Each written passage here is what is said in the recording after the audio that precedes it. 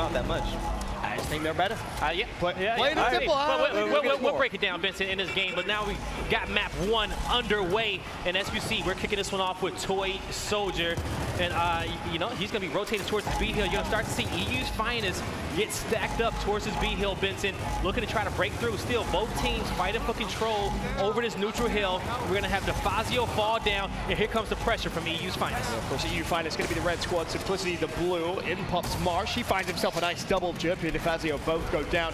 B hill now should be controlled by EU finest. Of course, one player is going to drop back to cap it, but you can see the pressure now being applied here to Simplicity. They could be in some trouble. Potential trip cap on the cards. And as we see, they're going to start to slowly move in. Take a look at this. Simplicity getting trapped around this home hill. They're going to end up getting 1 kill with Craze. I think it was Fable. And so now taking some on over, and now looking to push on through. Toy slowly but surely making his way over towards mid-plat. Of course, he does have a teammate over towards his right-hand side. As DeFazio looks to try and land some damage.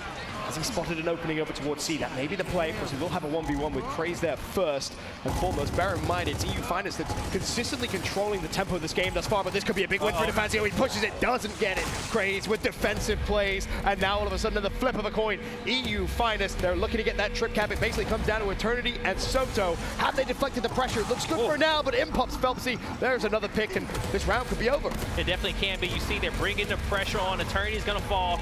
The next closest player is going to be DeFazio, but EU's finest will win round number 1. So, going into our weapon selection process, the one thing is about damage that a lot of teams, they like that pit fight off the other end of the map. You're going to see a lot of these teams all weekend long want to prioritize putting that boom shot down so they can kind of focus these team fights in a certain direction. So, we'll see. We know EU's finest, this is their best map. They love that pit fighting down. We'll see if Simplicity wants to counter with anything. Maybe they go for the support slots right away.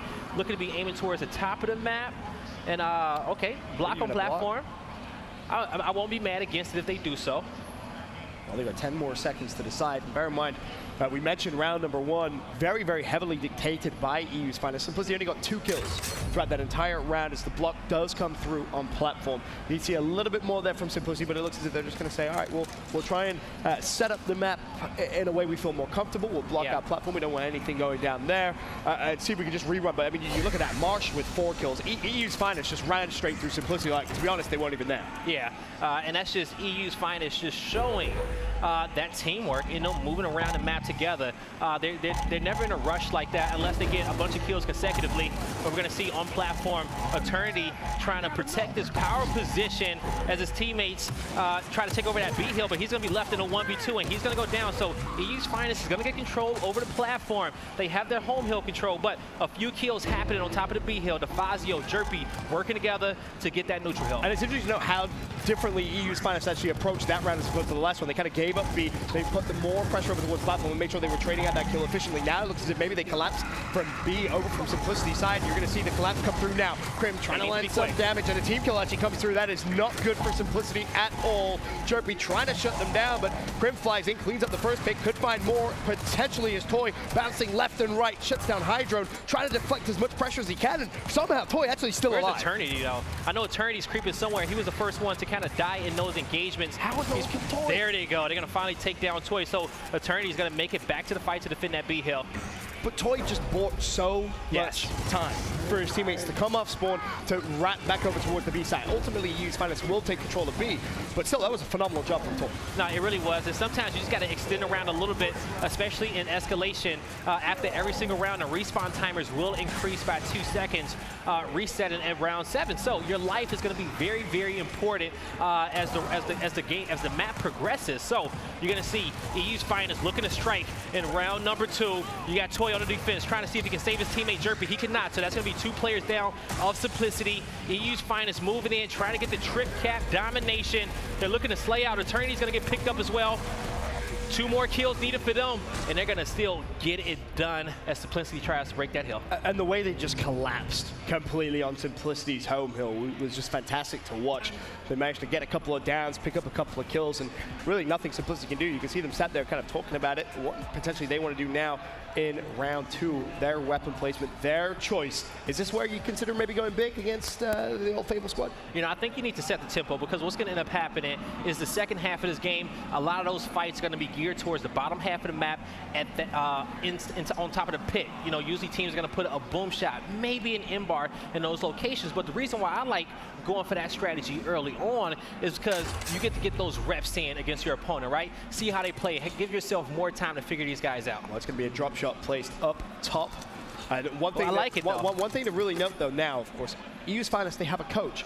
How many times would we watch that squad play and they would miss timers by maybe 2, 3, 4 seconds, which in reality is actually very impressive that you're able to do everything you're doing in-game, call out, communicate, and keep track of time. Now you have someone who can solely just help you with that. I think the squad just improves just solely off that, if nothing else. I agree. They're going to be able to focus a lot more on some of those in-game rotations, having that guy behind them. You're going to see off the opening break 2 quick kills in succession. Now looking for that third. The pressure's on. The Fazio, can he stay alive? He's going to fall. So the drop shot's going to end up getting picked up. One more kill left standing. It's going to be Jerpy. Then you're going to see all of EU's Finest flood the home hill of Simplicity, also with 4 drop shots in their back pocket as well. 2 players spawned up for Simplicity. It's going to be a 2v4. We'll see if they can get there in time. And you see that quick decision from EU's Finest, right? They win the gunfight over towards B, instant rep over towards A, put the pressure on, because rightfully, as you say, guys, you have the drop shot as well, just to support your fight and calls over towards the A site. They have the lead. There's the first drop shot. Not going to connect with much. Fazio hasn't done enough to just deflect the pressure for now. He's full red, just needs to wait for a little bit of regen before maybe even pushing anything else. But there's actually one player already overextending here for Simplicity. 2 points I want to make. One, EU's Finest. You know, these guys, hey, they were very, you know, they didn't want to rush that push. They were being very passive on them because they said, hey, you know what? We got the home hill. We got the neutral hill. Let's let them spawn up, slay them out one more time, right? They were not in a rush, and that was good. But also, the drop shot placement for Simplicity, I like that because usually the drop shot placement will counter the boom placements towards the bottom half of the map. And Simplicity knew that, and that's why they put it down. Well, it's Phelpsy who has the drop shot in hand, and you see Simplicity just target him. 2 players rush towards him. One was the Fazio, one was Toy. Toy ultimately found the kill himself. B Hill still controlled by EU's Finest, and they're starting to build a little bit of a lead here in terms of points. 129 to 95. Despite the consistent pressure being applied onto the B Hill by Simplicity, they're just not able to break straight through. He's getting the shots in. Nobody's really kind of focused on Toy. He's trying to get the pressure off his teammates, and now he's trying to be the aggressor. He's looking for some backup. Toy, known for his movement, he's going to try to get himself in a better position. DeFazio able to pick up a big double, but 2 players down. DeFazio's going to have to defend off on a 1v2, and EU's Finest knows it. They tried to hit a little beta switch action, but I still think they needed to commit to that fight. But they oh man, that's the duel right there. That's crazy. That's Phelpsy working together to try to stay alive. But those revives did come in on top of that neutral hill at B. And it's worth mentioning, Eternity played that beautifully, right? He was so far forward. He didn't want to give away any control of the B site. So he basically said to his teammates, tap up. I'm not coming back. I'm not risking losing control of the B site. That's on you. You should be fine. He played that one absolutely perfectly. But despite that, the B Hill now completely neutral. As soon as Simplicity get a little bit of control, EU's Finest just storm straight back inside, retake control. And now, guys, to be honest with you, this round is done. Yeah, it's looking like it. And there you go. You're going to have EU's Finest get 3 rounds in a row on the board. And see, the one thing about it is that EU's Finest really not worried too much kind of about the weapon placements, because what's happening is that no matter what Simplicity does, they're beating them at it. Now, you know, I like to say that when it comes down to weapon placements, you know, you need to place them offensively, meaning place down what your team needs to, you know, decide what's your favorite fight. Do you like fighting over there, B? Do you like the pit? Is that where you're at your best? And do that. Don't worry about if that's your opponent's best fight as well. I feel like some of these weapon placements were placed more defensively. That's why I'm kind of taking away from that that drop shot. But we'll see. They're going to end up trying to focus on these weapon selections at the top of the map, because that's where the heavy power weapon is, right? That's where the big cluster fight's going to be. Well, we're going to see Hammerburst placed up on the walkways and see how much that's going to change the fight. You look at the kill column. I mean, that really does tell you the full story here. EU's Finest just completely outslaying. It's just controlling the tempo again. But we're 3 rounds in. This is historically in escalation where we look at each other and say, all right, now this is where a true fight can start to develop. There's enough things on the map where maybe a team who is losing can make a little bit of a comeback. And that's what we're going to look at Simplicity to try and do here, looking for that first round when Phelpsy quick pick rushes. Oh, that was beautiful. Grabs it, and he's out as well. You know, just the timing in those smokes, and he's going to pocket that. His teammates knew exactly where he was. They're going to back up, give him support. Drop shot's going to go down. Time it to get some damage in on Soto. You see the pinch coming in off the back end from Craze. He's able to get one. Soto's in a bad position. That's Four beautiful. members of EU's finest still alive with a few drop shots in their back pocket as well. They're going to be on top of the home hill. And this is the thing, we're at 16-second respawns, right? Those team fights are becoming so important now. And this is where, obviously, we mentioned the schedule on Friday and how good it is, right? Yeah. And you kind of made the perfect point. Whoever you see winning the games that we see today is more than likely going to be the #1 seed from pools. Simplicity is still a squad that you expect to potentially see get out of pool play, and of course, it's still a relatively new team. For me, this is a fantastic match for them, right? Because they're going to learn so much. You're playing a team who just finished second at the last major, who've shown nothing but consistent improvement. It's a hard game. This is a very, very tough game. I think most people, many people would have had EU's finest winning this game. So for me, for Simplicity, this is also about learning, getting your feet a little bit wet here, of course. New the first team. time with the team on the main stage. Exactly, you're going to learn so much. You know, former professional player yourself. Sometimes you're just going to iron out those kinks that can only be ironed out at a lot of it. Now with this weapon placement and the boom shot going down, you're just going to see more confidence come in favor of EU's final. So this is where teams can actually make a decision. Do we want to go towards the top half of the map where the neutral hill is and fight for that drop shot, or do we want to focus towards the boom shot? And usually in these situations, we still see a big team fight down low, and this is where both teams made different decisions. Simplicity sitting 4 for the boom shot, EU's finest sitting 2. So EU's finest should get a free drop shot, but we'll see how long can they hold off this Simplicity push with the boom shot down low. And as soon as EU's finest realize that Simplicity kind of overcommitted down low, they overcommit up top, essentially, and they basically trade out those power weapons for one. Now the question is, who's going to be more efficient with said power weapons? Toy with Boom pushing around the outside. Oh, that was the a short one. That was misses it, and look how aggressive. I love it. Fazio, he's pushing all the way to spawn, but there's a drop shot. That's an easy way of cleaning it up. Crim made the perfect play in that situation. If these guys are going to rush you with boom shots, run to the spawn. Run all the way back there. He even hit a player that chased him, and that's all dead space. It's no cover whatsoever. So he had a right-hand advantage, got the down. His teammate with the drop shot, able to pick up kills from long range. He was able to acquire that kill, and now the pressure's on Simplicity. Even though they do have 2 heals in their favor, they're in a difficult spot, and Toy just trying to stay alive, and the pressure's coming through. He's not able to stay up. He has a teammate in position, but the team fire is going to go. He's not going to get picked up just yet, and now EU's finest rotating to secure the 2-cap. And it's important to note the way that they split that pressure there on the map. They say, all right, 2v1 at B, everyone else push forward Plat. If you win both gunfights, it's a trip cap instantly. Of course, the gunfight on Plat takes a little longer, so they decide to rotate over towards B. They should be good to take control of it, ultimately giving them the 2-1 hill advantage. Fazio's gone down. Crimp looking to try and make the play. 2 players are in front of him, cleans one up. Can he find the second? Ultimately drops, leaves a 1v1, and Soto actually clutches up big time for Simplicity. The 1v2, and also plays his life here, still being a nuisance, but the crossfire comes through. Surely too much to handle. EU's finest, Jerpy. Looking like EU's greatest right Jerpy now. doing Jerpy things, winning a key 1v1 against Hydrone to keep that round alive. And you got to give Soto some credit as well. Veli before this talked about there were 2 champions on Simplicity. That's going to be Toy Soldier. That's going to be Soto as well from previous games, but not in Gears 4. But still, to win a championship in any Gears title is going to be a difficult thing. It most definitely is, and credit to that, but still you have to look at accolades on Gears 4. That's something that... But I know when you were talking beforehand, you were like, hey, I heard a lot about some of these players and some of these legacies. I know Toy was one of those guys on your mind, and I will say this about Toy on the Simplicity roster is that compared to this team and versus his previous team on Echo Fox in the beginning of the season, that I feel like this team suits him better. He plays more positions. You see he's running a front spawn on this map. When Toy can be a main slayer on a squad, you see him at his best. Right, but he's the main slayer on a squad, and they're getting completely outslayed by a group of 5 who... He can't since do the it very all. beginning, I agree with that. You can't do it all, but sometimes it takes one moment from one player on a team to completely turn the tide. One player to just pop off, get a clutch 2-piece, get a 1v3, something. This is a give big your fight. team the extra energy, and to your point, this well could be it. He needs to win this. He needs to decap the home hill of EU's finest. But Crazed ain't having none of that. Securing this hill. You're going to see 4 members down. The Fazio's the only one standing of Simplicity. And this one is going to tick to the clock. And EU's finest is going to go up 5-0. And EU's finest recognize we don't even need to push for a trip cap. We have the point lead, right? Boys, let's just play around and spawn, communicate, have a good laugh, and all smiles on that side of the stage. A 5-0 lead for them. And I'm so, I can't stress it to you enough, so excited to see this team play late Saturday night early Sunday. For me, that's where we really get to see the level of improvement, the addition of a coach really come into play. For me, I think, as I said before, everyone expects them to come out, go through groups and come out #1 seed.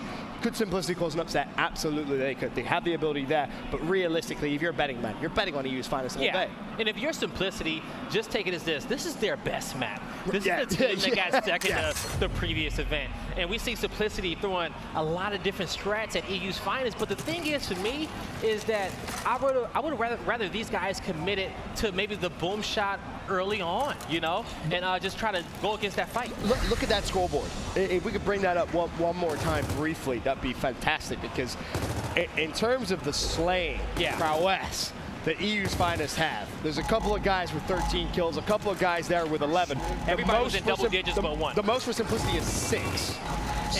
And that says a lot, and you see the teamwork. But one thing is about this EU's Finest roster, and you know, one thing I'm loving is that they're prioritizing a drop shot in all these fights rather than a boom shot. So they're getting these free drop shots. They're being smart with defending their spawn. Crim's gonna fall, but still no home heals cap just yet. Majority of Simplicity players is gonna be on the EU's Finest side of the map. So we'll see how long they want to stay there. But Phelpsy has the drop shot in hand. Well, we'll see. Here's the problem. Of course, when you're trying to push into that boom versus drop. And Soto is going to take them both down, so that's going to be 2 power weapons on the ground. Marsh knows he has to double back, but he's going to fall. We'll see if Simplicity can find both the weapons. We'll see if they're there. The problem is, as well, players coming off spawn for EU's Finest. Eternity could be in some trouble here as well, because the instant pressure being applied by EU's Finest over towards that B hill. As it stands, B hill the only hill cap. Toy may actually linger back. No, doesn't even want to waste any time. Wants to join the fight as quickly as possible. Make sure that they win the trades effectively. Shots going down, but still waiting for that B hill. So both those power weapons did disappear. Yep. Soto shot the last boom shot, and I forgot who had the drop shot. Phelps, yeah, he pocketed it beforehand. So you're going to see Simplicity pushing forward.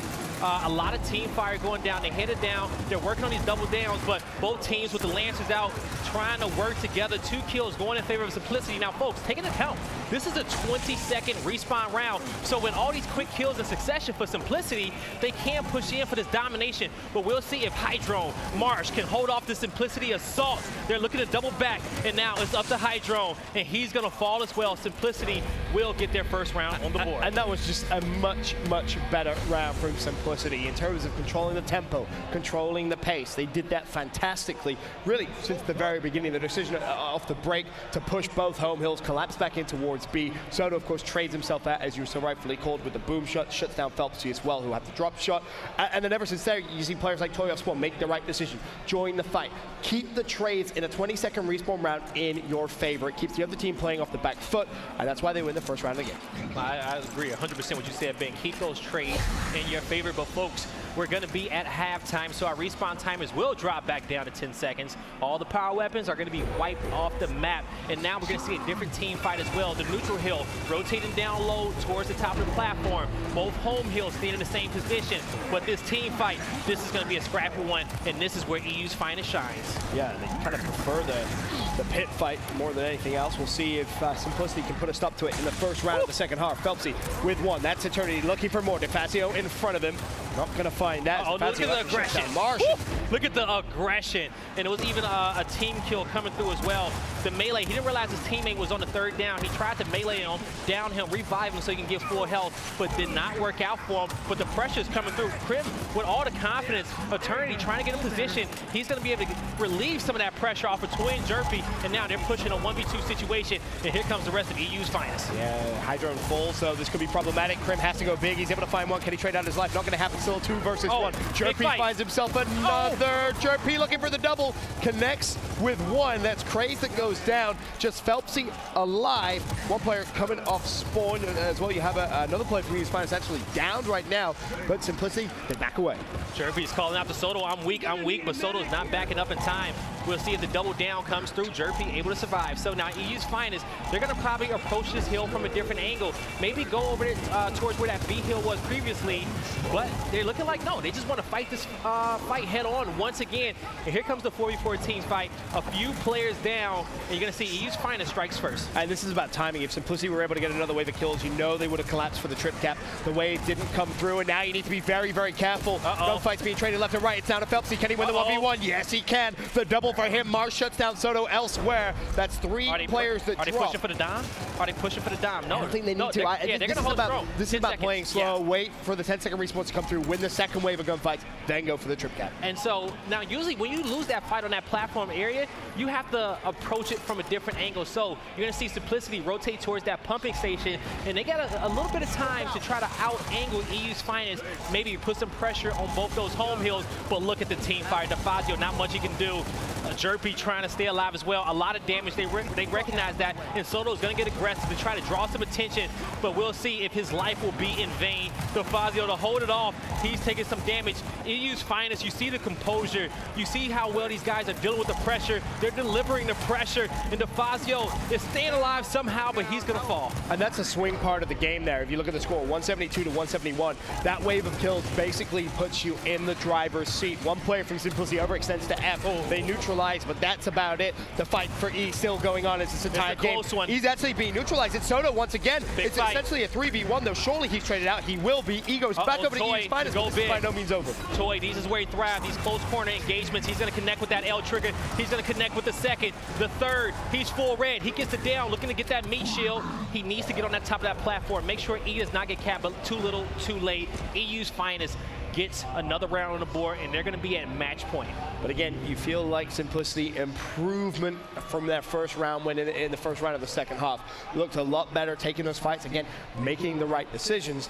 Ultimately, when push came to shove, it was EU's Finest that, in really the crunch time of that round, they were the ones that came out on top. Smart move by Simplicity. If they do make this weapon placement, I think you just got to get the boom shot out now. Even though for these guys, they know that even if they were to win a round, EU's Finest may place the boom. So they say, all right, let's worry about maybe the platform, which is usually a nade position. That's what you're going to see the nades put down. Or they can kind of go for those secondary positions on top of both home hills and see how that works out for them. That, of course, going to be their last weapon placement. Phelpsy already at 20 kills, by the way, leading by example. Marsh and Krim not too far behind at 15 apiece.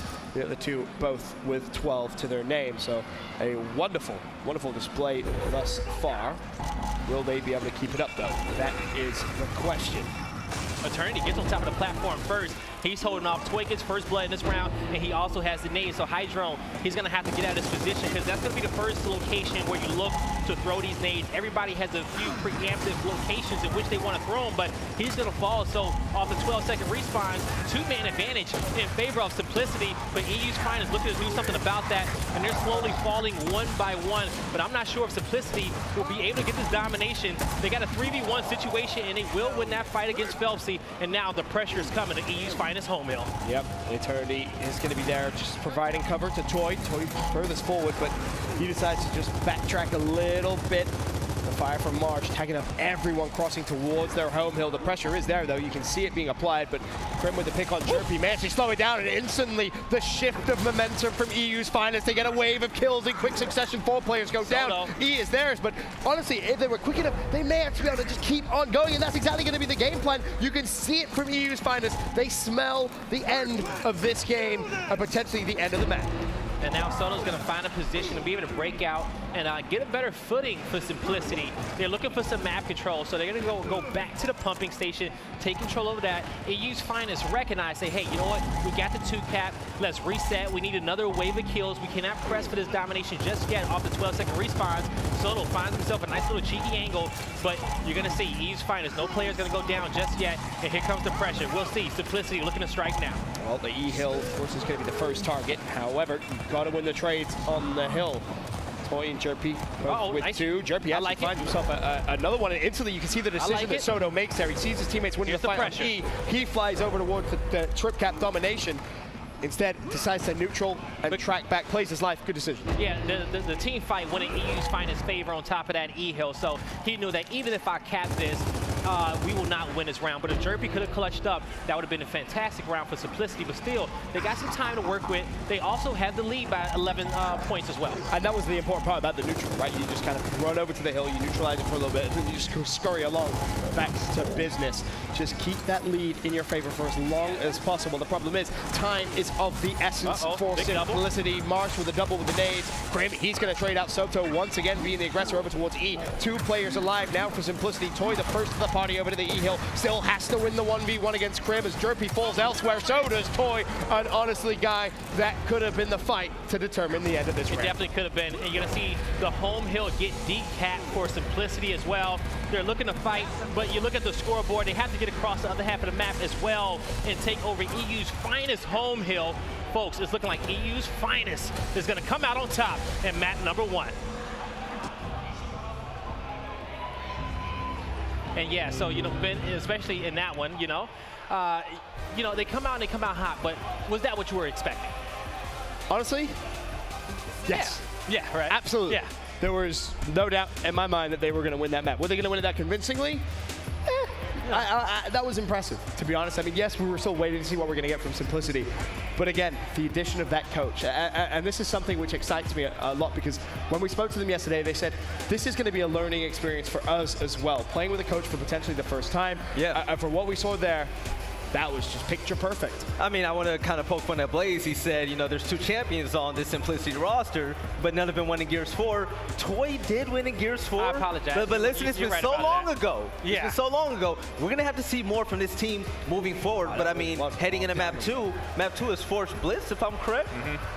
For this build of a roster with Jerpy, Soto, DeFazio, their teamwork, do you think that they actually have a fighting chance in like map 1? They need to start spreading the map a lot more. I don't know what was going on. Honestly, Fable was wolf packing 3 at a time. Down lane, old Fable, EU's finest. I'm going to do that all day. Take a shot every time he says Fable.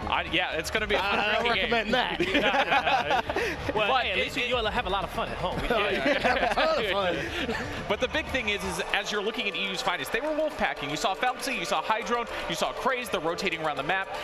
Honestly, they've got to start countering them somewhere. Yes. I don't know what Simplicity needs to do, but they're looking flat right now. I was gonna say EU's finest is something like this is something I was peeping on them, was that they're pacing. They're pacing during the rounds.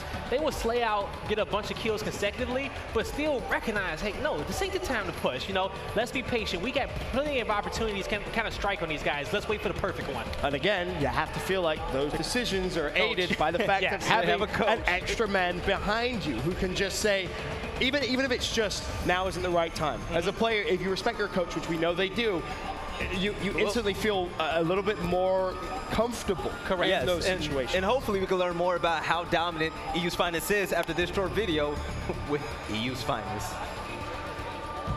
EU's finest is the #1 team in Europe, and we're doing pretty good right now. Vegas was a good run for us. We got second at that event. We beat some good teams, impressive teams, and we're quite confident for this event. We're feeling the same, coming in, trying to get that trophy, that's it. Our biggest strength as a team, I would say, is our slaying power as a 5. All 5 of us can just slay out whenever we want against like the top players, and not only that, we all know individual knowledge about the game, so we know where to position ourselves, when to do it. I mean, the key to victory for us is just like all 5 of us playing our best, staying composed, playing how we know we can, bringing our A game against every single team.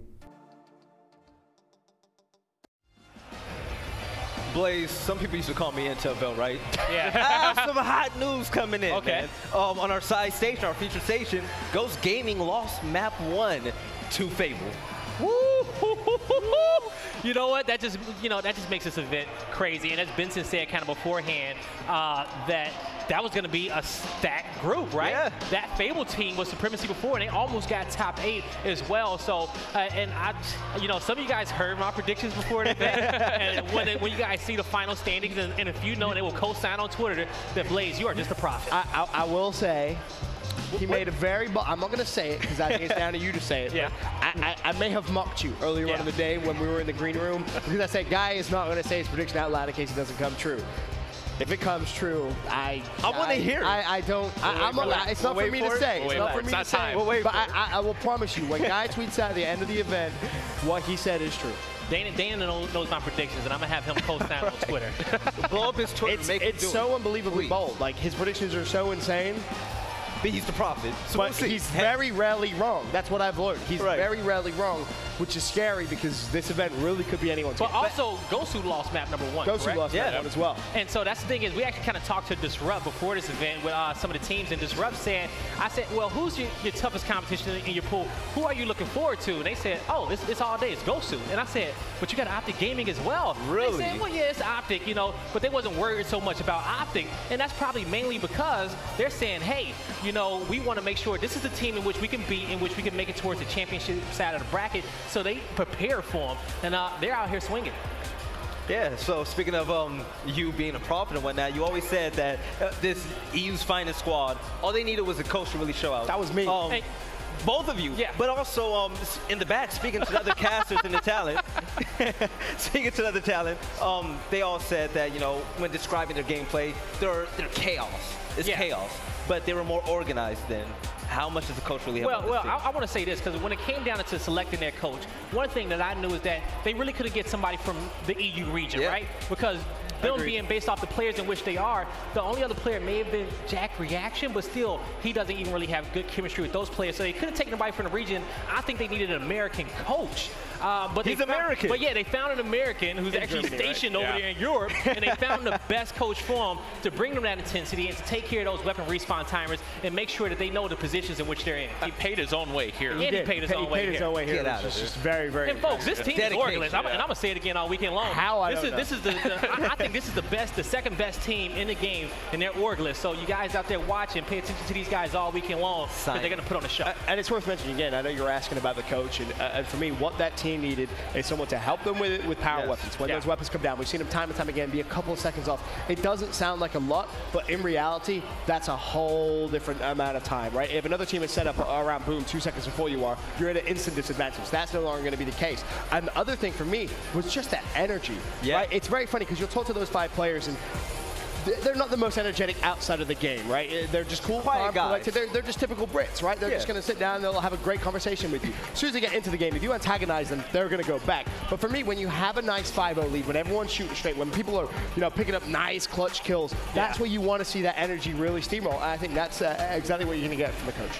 I think the main thing about EU's finest is how dominant they are when it comes to their slaying skills. It took 8 rounds for Simplicity to have a player get over double-digit kills.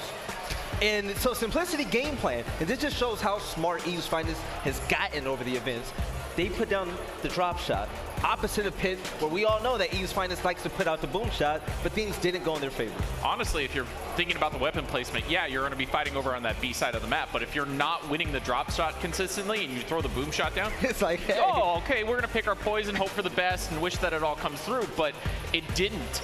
And honestly, they looked flat in half of their rotations. It looks like people were getting caught out. Yeah. And honestly, they were getting pinched from all sides. That was a great wolf pack by EU's finest the entire map. Honestly, you know, you're expecting things from Toy and Eternity and everybody to show up, and you see glimpses, and then it just gets completely demolished by the entire EU's finest roster. It's a different tier of team. Yeah. Right. Yeah. Let's be honest. EU's finest is a tier 1 team right now. Vincent put his blessing on it. No, I mean, they just finished second in the last event, didn't make a team change. They're 1,000% tier 1 team. If you don't think they are, then I don't know what you've been watching over the past 6 months, to be completely frank with you. You're right. What have they done between that last event and now? Well, only really the players know that, right? Have they put in the time? Maybe not as much time as personally I would have loved to have seen them do, especially after. But it's also a different region. It is a different region. I know it's difficult for them to get good practice, etc., but whatever that is. They've had regionals that they have dominated on their way here as well. But then you look at the competition they're going to place in a regional as opposed to, you know, the likes of Ghost Gaming, likes of Optic Gaming, Echo Fox even. It's a completely different ballgame. And we're going to send this over to the Gosu crew and Disrupt 6-3. Oh, and favor of Gosu. So this is map 1. Yeah. Okay, so we were close there. Yeah. Gosu crew is dominating Disrupt. And Guy, you kind of called it out perfectly. This was the game that they were excited to play. I'm not shocked. This was a game in which they were excited to play. I actually thought Disrupt won map number 1 already, so that was the intel on which I was given. But as you see, Gosu crew with the 6-3 lead in this one, looking to close it out. This is actually one of their best maps. I'm not going to say I'm shocked by what's happening right now. The Ghost crew heading into this event, they have been featured in 2K finals. There was a period where they were there 2 weeks in a row. So these guys have been putting out the time. They've been tweeting less about, you know, how dominant they're going to be and whatnot. They stayed quiet, and it's showing in this map. It is showing in this map a lot. You say they've been tweeting less about their dominance? Yeah. And they've been focusing more on their gameplay? Yeah, they've been pretty humble. And now they're winning a map. And they're winning, yeah. Weird how things work, huh? Right? Crazy. It's weird when the Twitter fingers stop and you're holding your controller, right? And then your trigger fingers start working, Yeah, and you start winning and getting up fights. Yeah. I mean, we pretty much know the recipe to success for this team. Blaze and I, we spoke about this plenty of times. Demo and Clouds together again.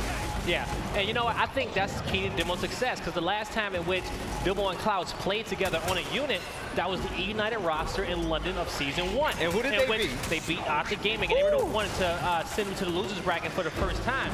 Crazy event, but since that event, they have not played on the same roster together, and I just think Clouds, Demo, you know, they're like peanut butter and jelly. They just work so well together.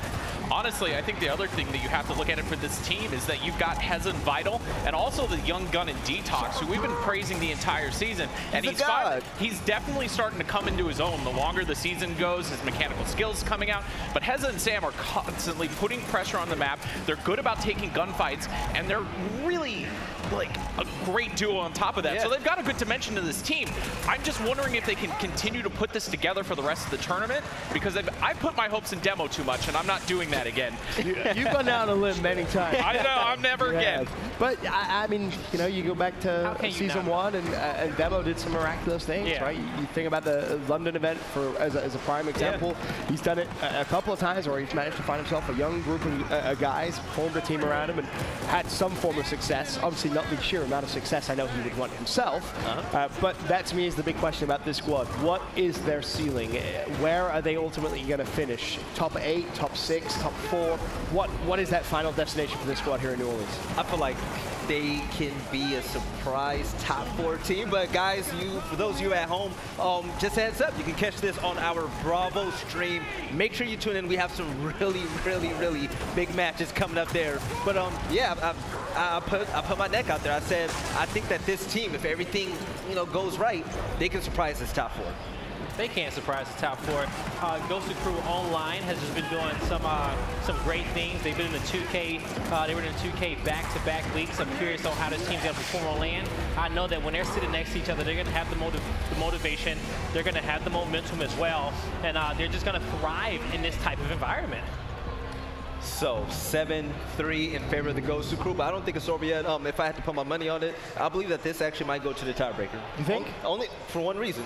You can't sleep on the Latin American teams, period. You can't do it. Because when you take a look at it, Fire and Ice, Disrupt, Optic Mexico, these guys, even though they don't always beat Optic Mexico, they can compete against the best teams in the game. That's very true. They got a lot of confidence against those guys as well.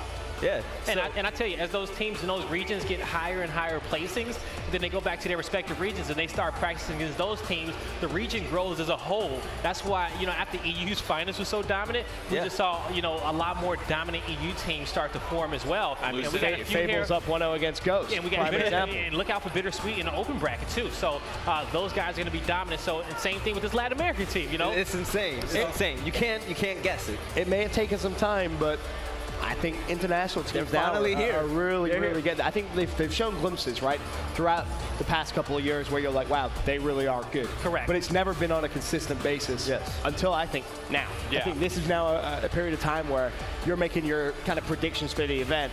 If you don't have minimum 2 international teams in your top 8, you're probably predicting completely wrong. You're cooked, pretty much. I mean, speaking about upsets, the score is 1-1 right now. Ghost gaming against Fable. Oh, they tied it up? They tied it up on the second map. That quick, huh? There you go. That was fast. Yeah, they bounced back. We'll see if Ghost can kind of close that one out. And we're going to kick this off on map 2. Forge Blitz, Vincent Godblaze, take it away. Woo. Forge Blitz as the game 2. Game 1, to be frank, was not close in the slightest, guy. Can Simplicity bounce back here, though, on map 2? So this is going to be their map pick. And, I think this map, the EU's finest, is going to be one of their so-so maps, but it's going to come down to that dual fight up top of the control room. You're going to see 2 players from each team up there. It's looking like Marsh, Craze. And there's going to be Eternity and Soto working together, but the 2 kills coming back to back. EU's Finest, they get 2 kills consecutively. You see the team fire. They're going to pick up 2 more. All members down on the side of Simplicity. The push coming in on top of the A home hill. We'll see if Eternity can get this break. And EU's Finest, actually Krim goes for the decap, and he's going to back up. See, not forcing those situations, keeping his composure, and controlling the pacing in the favor of EU's Finest. Yep, and you always make sure that they're not needlessly throwing away their life, right? That's basically what it comes down to. Eternity ultimately going to lose that fight to Hydro. And as soon as Hydro picks it up, you see the support instantly fly through. Kraith ultimately falls, but Hydro able to pick up yet another. Now he's going to apply the pressure over towards A. No pressure being applied over towards B, though, by Simplicity, as Marsh looks to just try and deflect it a little bit. They're going to keep the 2-1 hill advantage, though, in their favor, thus earning more points. Oh, that's a down. He knows it. He's going to get aggressive. Back A, can't get it. Beautiful shot by DeFazio. Going to end up reviving his teammate. But you saw after the 5 kills that came in back to back for EU's Finest, Simplicity had to come out that spawn. They had to split. They had to send 2 guys to the home hill to distract, but then they had a wide open lane towards the B hill, and that kind of kept them into this round. We'll see how does EU's Finest want to strike next. But so far, it's all Simplicity in the second half of this round. And that's what is worth mentioning, the instant flip of aggression there from the Simplicity squad. They find their entry, then they look to try and capitalize with the trip cap domination. The problem is, EU's Finest still very much alive and well. They defended their C hill. Now can they try and push up and potentially attack either B or A? Phelpsy sneaky, just trying to find the angle. Looking for anything at all. Oh, he's trying to work these angles to get some shots in on DeFazio. He's going to keep slowly progressing forward, putting some shots in, regaining his health. And you see how they just slowly pushing through this furnace. DeFazio, he's looking to get some shots in on Phelpsy, but most importantly, they're keeping all these players marked. You hear that sound in the background? That's all the clicking, right? That's all the intel that all the teams, that both teams are getting. And we'll see. Phelpsy, he's going to drop, and here comes the pressure. It's very loud. Yeah. Very, very loud indeed. Just shows you the amount of information both teams managing to pick up upon each other. As Kraith tracking back up towards B, needs to play his life here. They still have a 20-point lead. Yeah. He's trying to stay alive and play his life. He's backing up a little bit. He's going to end up falling. So now, this B hill still in favor of EU's Finest. They're racking up this time. The decap is going to have to come through for Simplicity very, very soon. And now they're going to start to decap it. So Phelpsy backing up, playing his life. Most importantly, EU's Finest, they need to keep control over their home hill. You're going to see Phelpsy start to double back. That home hill is, that's going to be his job, his mission on his team. They get both kills. Now, Simplicity, they have to push forward. They have to decap this, and that's going to be an important kill. Toy still managing to stay alive, and he still found a kill, but Hydro comes through. And there you go. EU's Finest is going to strike first in round number 1. And we'll see, going into this weapon selection process, what can they do? So with this being Simplicity's map pick, we're going to see a lot of teams usually prioritize the power weapons in the control room. We've also seen recently teams put in big power weapons on top of that B hill. Curious to see what Simplicity wants to do. We got a lot of long-range players on the team, and as I say that, the snipe will go down up top. That's Eternity and Soda working that position against March and Craze. We'll see if they can win a gunfight in this round. Well, as you said, EU's Finest 1-0 up in this one. The sniper rifle placed top control. Will they be able to spiral this game completely out of control, or will potentially Simplicity fight back? Of course, it took them a very long time in map number 1 to win that first round. They could just try and get their foot in the door here a little earlier. Of course, as we're on board with Soto up top, fighting through the smoke grenade, the 2v2. Will they be able to clutch up and take it? Craze, of course, just playing his life. Soto does take a chunk of damage. Also, he goes down. The 2v1 now in favor of EU's Finest. Surely they win it. Marsh with the double. All right, yeah, and Marsh, you see him in his power position, looking to get some shots in. And so right here with the furnace, and he's going to activate it, so that should guarantee him a kill. But as you see, that player from Simplicity able to get out in time. So folks, right in the second half, it's going to be the neutral hill is going to be inside that furnace. So that's going to make this button room so much more important. Marsh with snipe in hand. I usually don't get a chance to see him with snipe a lot. That's typically Phelpsy's weapon on his roster. But we'll see what can he do with his wig stick. Marsh looking to find the opening, give his team the advantage. Current score tied up, 61-61, 2-1 hill advantage in favor, of course, here of the Simplicity squad. Now, Marsh looking to get some shots in. He's going to miss that one. He's putting himself in a position to try to save his teammate. They recognize he has snipes in hand. And even if he can't get those headshots, body shots are going to be very important as well. So Marsh doubling back. They're just making sure that these Simplicity players can't push through. They're going to have a 1v3 that they're going to make quick work of. And now he's going to get that body shot on Soto, actually. So we'll see if that kill gets picked up. Toy is scurrying away. Here comes EU's Finest looking to strike on top of this neutral hill. And the kill is going in their favor, but just a slight lead in favor of Simplicity. Yep, very, very small indeed.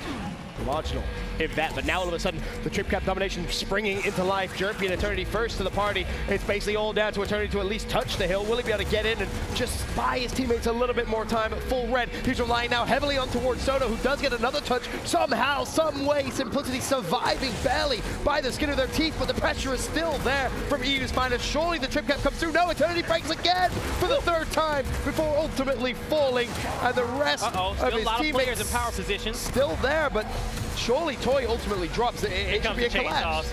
You know what? It's like, all right, let's stop playing. Let's bring out the chainsaw to secure this one and get this cap in and get another round on the board. And now let's see, what does Simplicity want to do? First map was 7-1 in favor of EU's Finest.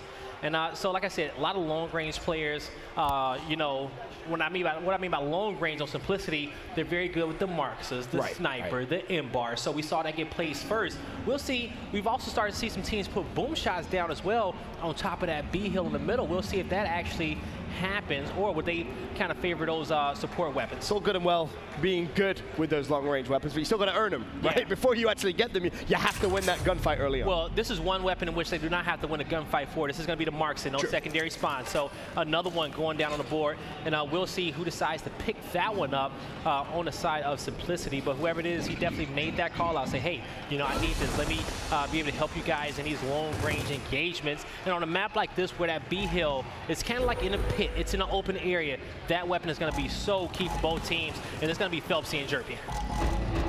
Well, of course, that fight up top again was won by EU's Finest last round, a little convincingly. Will they be able to do it again? Marsh with one shot, 2 kills. He got a little bit of help from his opponent as well. So that was an easy victory, an easy team fight for EU's Finest up top in that control room. Now Jerpy, you see him with this Marksa, watch his control with it. You know, you put 2 shots of that on a player, it's going to be devastating. 1, 2, he's going to be down. Now looking to control the tempo of the map and give his team some advantages. Good intro from Jerpy over towards B. Now can they make it into something a little bit bigger? The potential cap of the hill is the score is of course tied. No one has hit the B hill just yet. Jerpy turns around the corner, landing some damage, but Hydro with no respect at all flies straight towards him and picks up the kill himself. That now could equate to the B hill, but instead you see the pressure being applied now over towards the C hill, it looks like, as Hydro now noticing, oh, hold on a minute, we've got the kills. Let me draw some attention over towards A. Toy is looking to fan. Here comes Soto, here comes Jerpy. So now 3 members of Simplicity are in the area, but they're going to have to rush towards this hill. And you see EU's Finest looking to meet them at the stairs so they cannot get into the hill, but 2 kills coming in their favor. Mano kick for Craze, he gets 1, up A, he gets 2. The turnaround can't get the triple, but he still has help in the area. But can Eternity go big? He cannot, but the B hill is getting decapped. Simplicity, another breath of life in this round. And that was smart play from DeFazio off spawn, instantly wrapped over towards the B hill. Keeps his team alive in this round, but the question, for how long? EU's Finest with a 2-to-1 hill advantage, the lead as well, heavily in their favor, 119 to 76. Of course, by no means is this too big for a comeback, but it's definitely going to be tough considering the way, once again, EU's Finest just seem to be controlling the pace of this matchup. And so DeFazio, he's going to rotate on over. Don't forget those Marxes are going to be in play as well. They're going to be on a 1:30 respawn. We'll see who acquires that. Currently, Toy has 1, and Hydro's going to have 1 as well. So, getting some shots in. And now DeFazio looking to see. He sees Craze. He's going to start to push forward now. Both home hills are going to be in control of EU's Finest.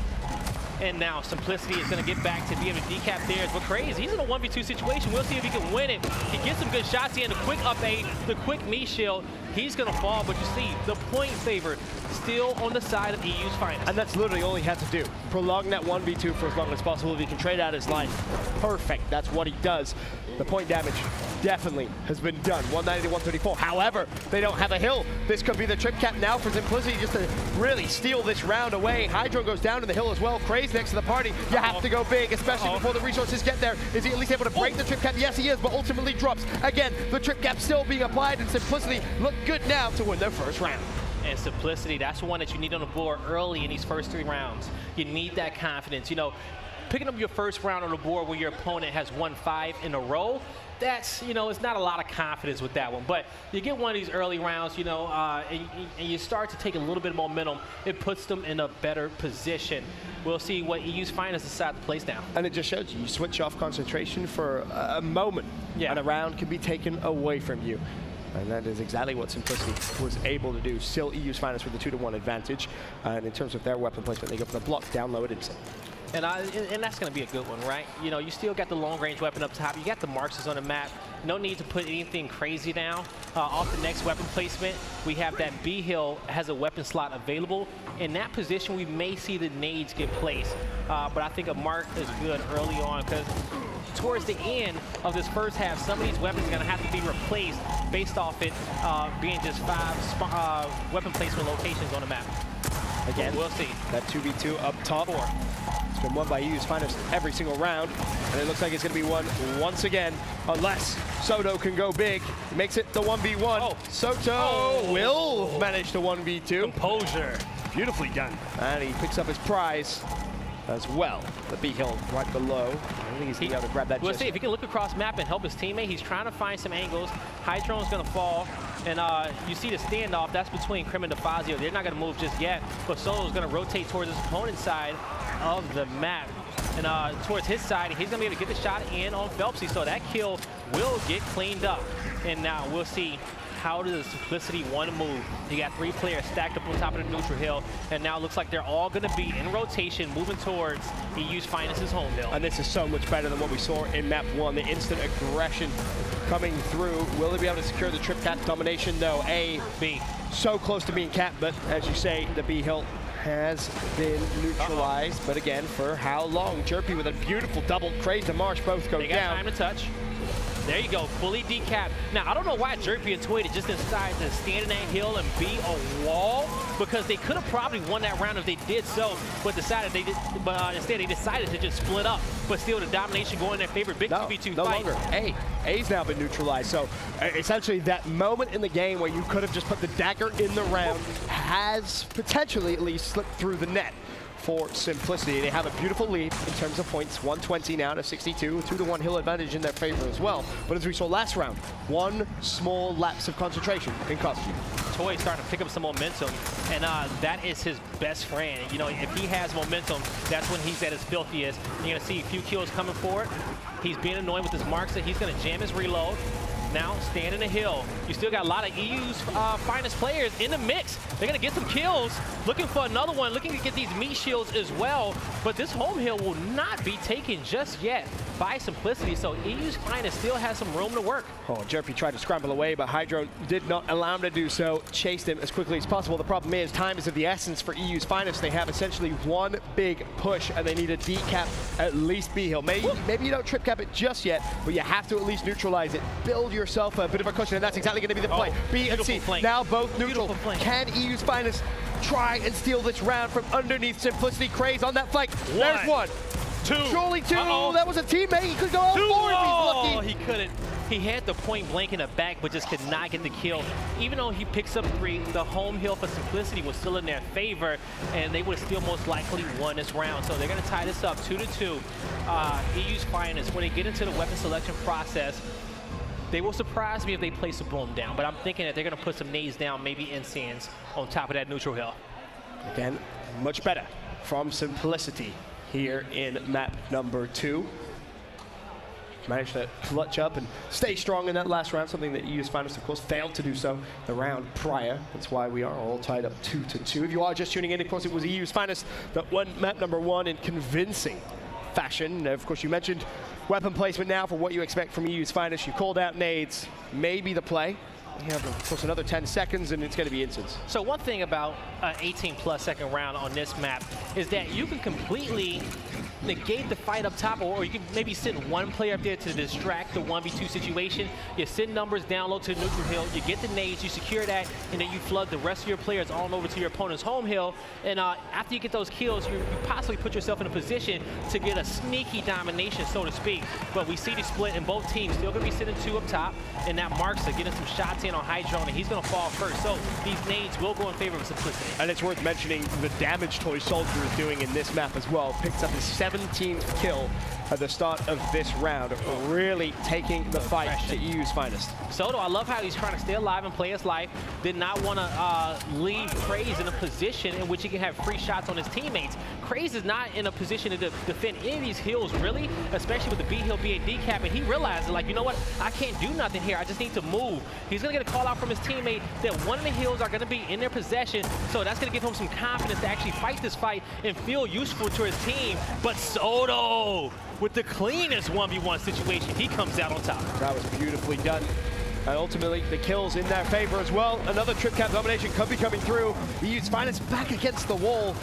Simplicity, they should surely close this one out. Wonderfully, wonderfully done. And it all really stemmed, of course, from up top. Soto buying his teammates so much time and leaving EU's finest out of position. A wonderful 1v1 from him, but somehow Feltzy able to decap B. But the question for how long, of course, that respawn timer is so high now, guys. Phelpsy fighting for angles, and he knows that he has a few players weak, so trying to get those L triggers in, he's going to get some help from his teammates. So at least the neutral hill is going to be guarded by EU's finest, so the domination cannot come through. Still plenty of time for these guys to come back into this one, and at this point, they're going to need a trip cap domination, or at least to hold a 2 cap where the opponent has no hills, to kind of get this point lead back in their favor. And against a team like Simplicity, that's not easy by any means whatsoever. As Soto looking to hit the angle with a snipe. Swing and a miss. Now, EU's finest do have a 2-to-1 hill advantage now, so a potential collapse on C, or at least a neutral, could bring him back into the game in terms of points, and that's exactly going to be the game plan. In actual fact, no. Hold up, trip cap could come through. As I say that, though, Simplicity overextend to A. They neutralize that. And they stop the points from coming through, at least for now. And he's going to back up, regroup with the rest of the team. Soto's going to push through. Now, in those situations, sometimes you need your first guy to run past your opponents, but the Incidents comes, Incidents hits the ground, and Soto's still alive. What? He finds the one sweet spot in which he cannot take any damage, and here comes the pursuit. Craze looking to get on top of this B hill, and he's going to turn back, take out Soto. So with 2 members down of Simplicity, we'll see what EU Finest wants to do. Craze has one job, and it's to defend this B hill. Yeah, that was the problem. Craze recognized he had to run back towards B and at least give himself a position to defend the hill. Simplicity looking to attack it. Time is running out, though. 192, 107. If Simplicity can just waste a little bit of time, they will be good. The pressure is coming through. The collapse as well from the side. This is a beautiful pitch. They need to get on it by 106, 107, and they are. There's the decap. Now with the pressure on 3 members dead of Simplicity, here comes. This is what makes escalation so beautiful, right? Here comes the comeback from EU's finest. The domination looking to go on the board, and EU's finest being down by over 100 points. They still come back and win the round. It's heartbreaking for Simplicity. They really did play that extremely well.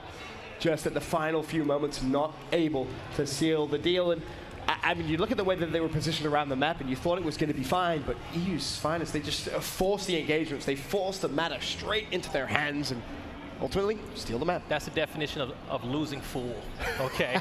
Well, I don't know if that's the definition. I can think of some big comebacks that we've personally seen. At least in that round it is, you know, because you're fighting for this momentum, and you're trying to get your first lead in this series. That's true. That's true. And just when it looks like things are going well, you get, came back on after you had a 100-point lead when you really just kind of had to hold your home hill and keep the pressure off your team. And this now becomes an important round as well in terms of the map, because you don't want to give EU's finest another 2-round cushion. You played it so unbelievably close. If you can go into the half all tied up, all square at 3-3, great.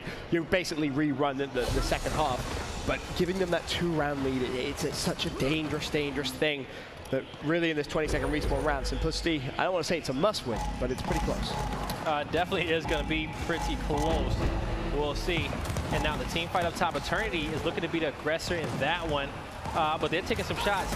You know, right now, as he's distracting to, he needs his teammate to come and flank, but the flank comes in a little bit late, but Soto, he manages to get it down. You see some long-range bullets coming up, and I believe that's from Jerpy, using that marks to get some help in for Soto, and it just shows, you know, how Jerpy is always in a prime position to help out his teammates, and a sniper will go in control of Simplicity, but the neutral hill, they will acquire as well. And off the rip, they've given themselves a fantastic position to win this round and keep things even at 3-3. They have control of the sniper rifle. They won the early engagements. They have a 2-to-1 hill advantage, and thus now they should be able to take a point lead.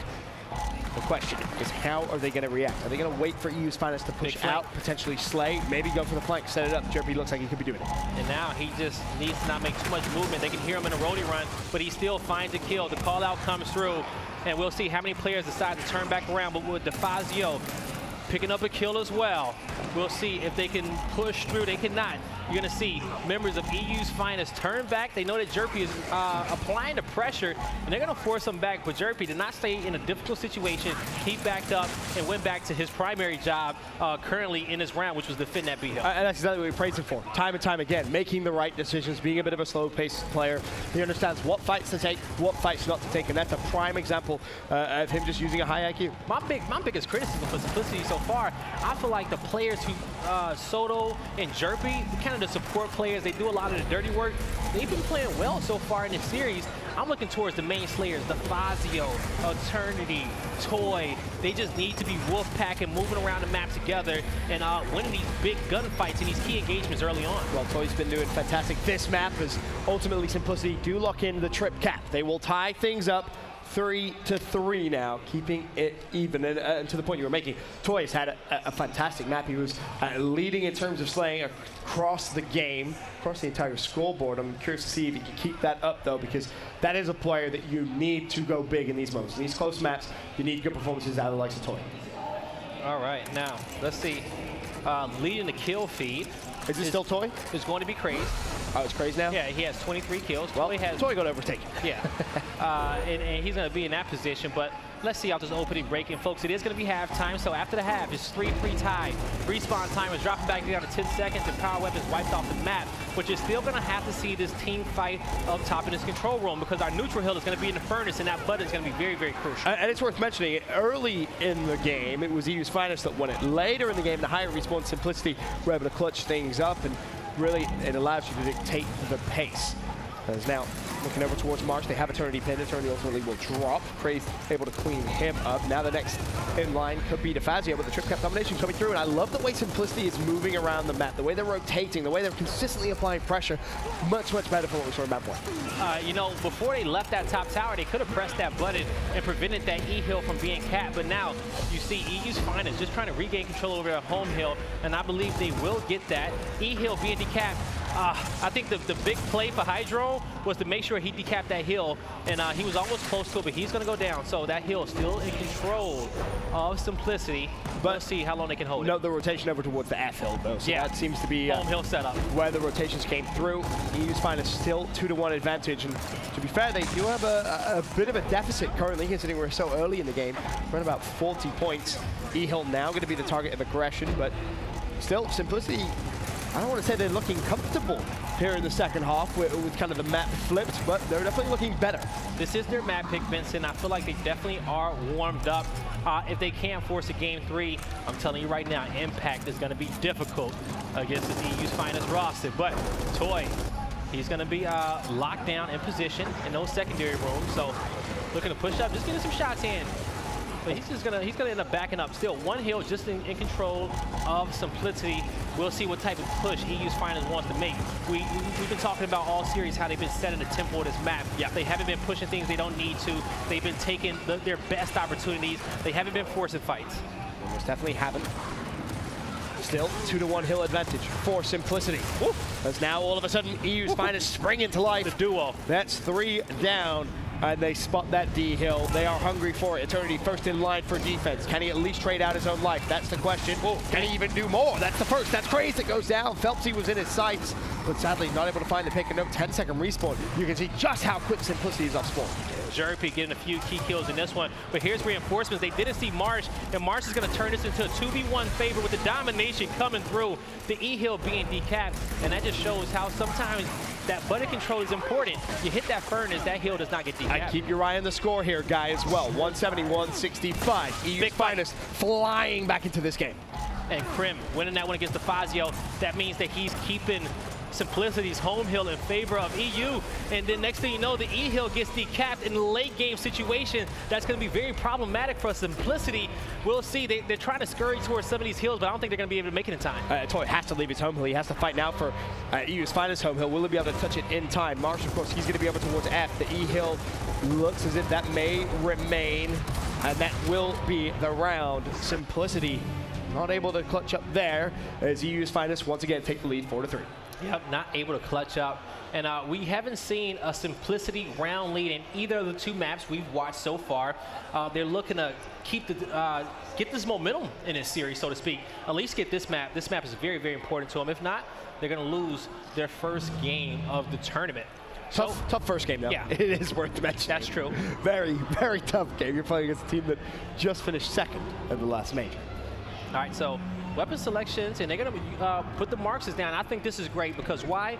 Jerpy, he's been making plays with it all throughout the first half, and he is one of the key reasons in which they got the 3 rounds in which they did. So he's definitely calling out for that weapon, and it's going to be picking up on respective teams, Jerpy and Phelpsy. So we'll see what Phelpsy can do with that as well. But with that Marxa and its long-range capabilities, you can get a lot of shots on that control room, right? Pick up some key downs, stop that button from being pressed. So definitely you're going to see these players put themselves in some key positions. Could be the extra utility that they need. As it stands, though, it is still EU's finest in the lead. Now, 4-3. All right, so smokes are going to come out. Both teams kind of slowing it down a little bit. We're currently in a 12-second respawn round. Toy looking for angles. He's going to put 2 shots in with that Marks and tell his teammate, hey, go push. This guy is weak. But still, you're going to have Krim winning a gunfight, and that's going to be 4 kills going in favor of EU's finest. We'll see what they want to do. They have all the angles. In the 5th, it was the Fazio. He's going to be down. They're going to say, hey, just leave him down. Go for the home hill. Start decapping it and try to force these guys to panic.